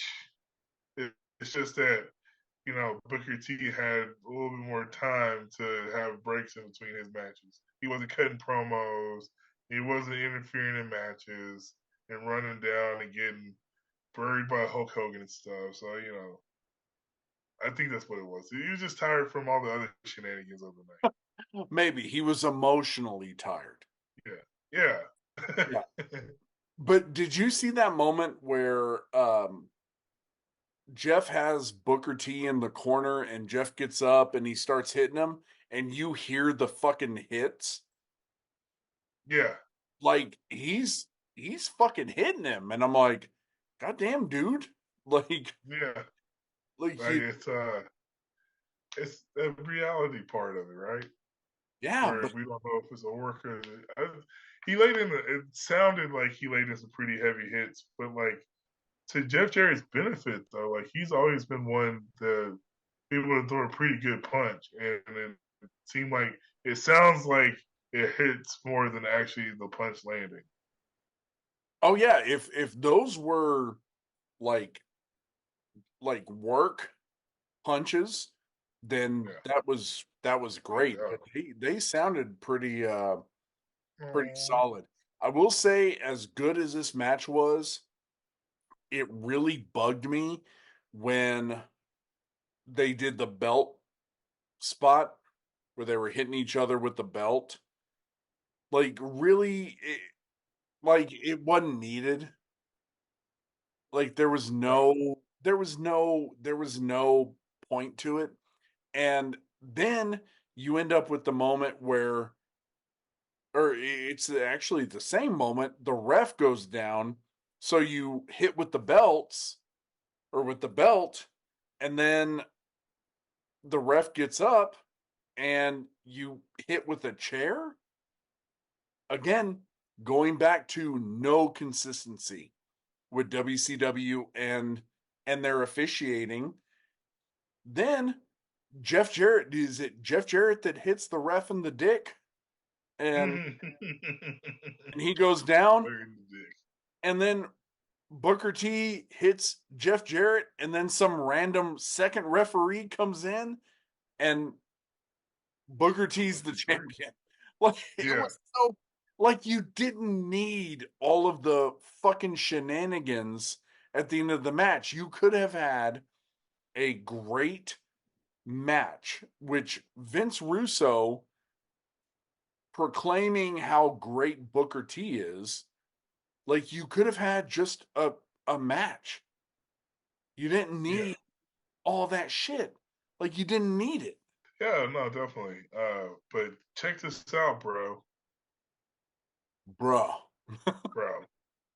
Hear me out, bro. Whip him. Like a government mule, bro. I just, God, like, this had the moment to really kind of save the whole show. Like, you really had the potential for a great match that was still a great match, but I'm gonna deduct points because they fucking had shenanigans in it that weren't needed. I can appreciate shenanigans for what they are in the moment, but they weren't needed here, man. So, do you have any final thoughts on the match before we rate it? So I will say, for the shenanigans we got, I'm just glad there wasn't another run in. Because I swear to God, if I would have saw Vince Russo come back out, I would have ripped him through the screen off of my TV. Because this is ridiculous. Like I'm seeing way too much of the Booker out on my TV screen. For any reason, I don't get it. But no, I mean, like, from bell to bell, it has its perks. I honestly don't think this is the best Booker T heavyweight title moment he's had in his career. Even though this is his first, like, I get it. Like, the first is always like the craziest, coolest one. Like, you finally reach that apex pinnacle part of your career that you've been really clawing for. But like, he's had a couple. Like, I think his last match on Nitro, as far as him winning both the U.S. title and regaining the heavyweight title, that one had even more bigger impact than like this one. And I think what drew me out of it more specifically is like, you could have had this match anyways, and not even had a Hulk Hogan scenario happen. Hulk Hogan doesn't have to be here. Like, you can have a Goldberg versus Hulk Hogan match again. That's doable because we never got another one of those motherfuckers. Like, that could have been it, and then had Jeff Jarrett versus Booker T, where you're like, where you're doing booking weeks on out. Like, you had these tournaments where Booker T is qualified to become the number one contender, and could have gave this a whole 20 minutes to itself. We got 13 minutes, by the way, from intro to the bell. Oh, okay. Yeah, but like, it still had the same story beats, and if literally if you would have took just the whole Hulk Hogan and Vince Russo promo out of that and just gave this match the room it needed to breathe in the first place to be the match, even including the stupid shenanigans, would have been probably one of the better matches on the show. Well, let's go ahead and rate that match. I think on this one, you and I are going to be kind of far off. So go ahead and what'd you rate it? I rated it overall. After saying everything I just said, I rated the whole match 2.4. I was remotely more generous with it because it was Booker T's first title win. I was way more generous with it because I really kind of enjoyed the match. I gave it a 3.1. I really enjoyed the match. Outside of the kind of bullshit stuff that I normally don't like, which I think they could have done without. It was still a really good match, and I love Booker T. I mean, I outside of him wrestling Stone Cold in a supermarket, I think he's amazing. I fucking hate that match. I think it was really good, but they were subject to stupid bullshit with the second ref and then the low blow on the first ref. They didn't need all that. They could have sustained a match on their own, done well, called it a day, finished the show. Speaking of finishing the show, we have finally finished the fucking show. Lathan, final thoughts on the show. Give me your final rating for the entire thing. Not the worst pay-per-view in WCW's history, but damn near close. And for all the wrong reasons. Absolute shit show. Vince Russo, as much as he's done great for the business, he's also been a detriment to the growth of growth of the business in certain projects that he's put in the past, and you can clearly tell, like, his hands are all over this in all the wrong ways. Like, when they talk about Vince Russo like being like protected by Vince McMahon, this explains why that is such a big deal. A man with too many ideas and the freedom to do all of them in this regard is horrible. There were some good times. There were some really bad times, and we got through it. All right. So what would you give it overall? Overall, it's a solid 2. All right. Too fucking horrible that I don't want to give it anything less than that. Like,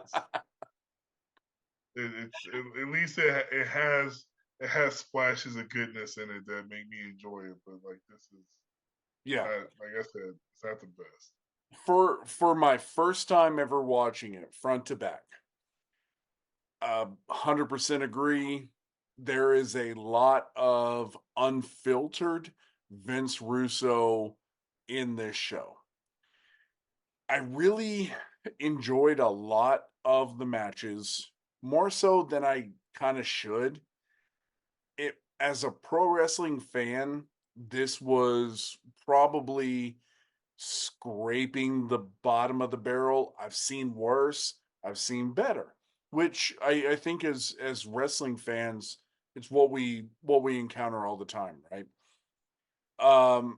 The stuff with Hogan, Jarrett, Russo, I think that is so iconic that it will forever be debated by pro wrestling fans.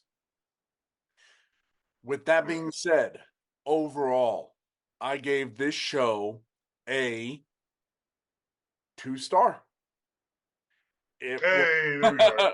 That's right, dude. When you said that, I was like, again, we agree on way too much shit. I gave this a 2 because it's kind of mediocre.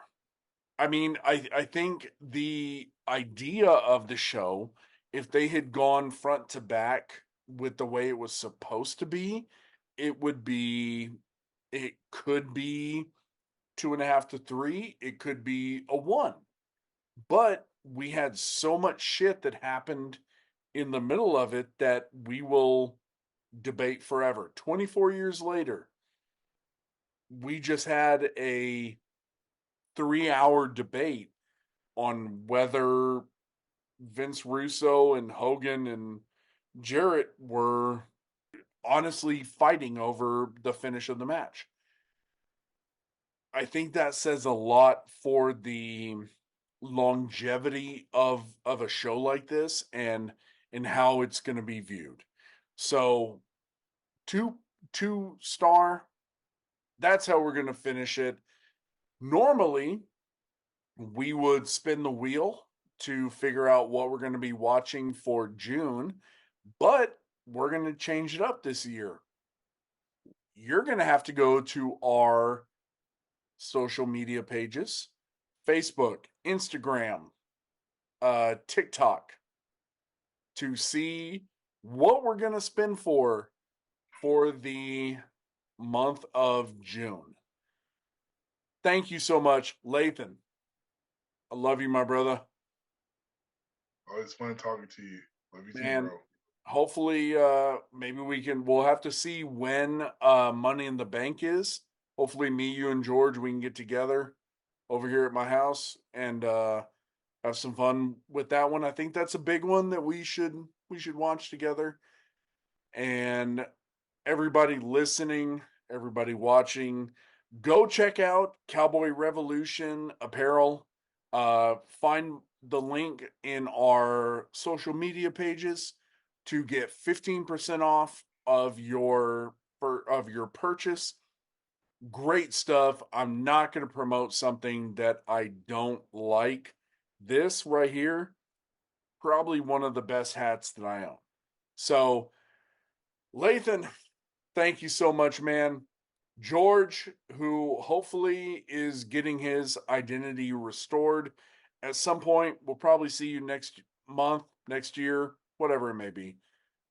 Listeners, watchers, thank you all so much. We do this because we love it. We love you. We'll see you in June. God bless you. Holla at your boy.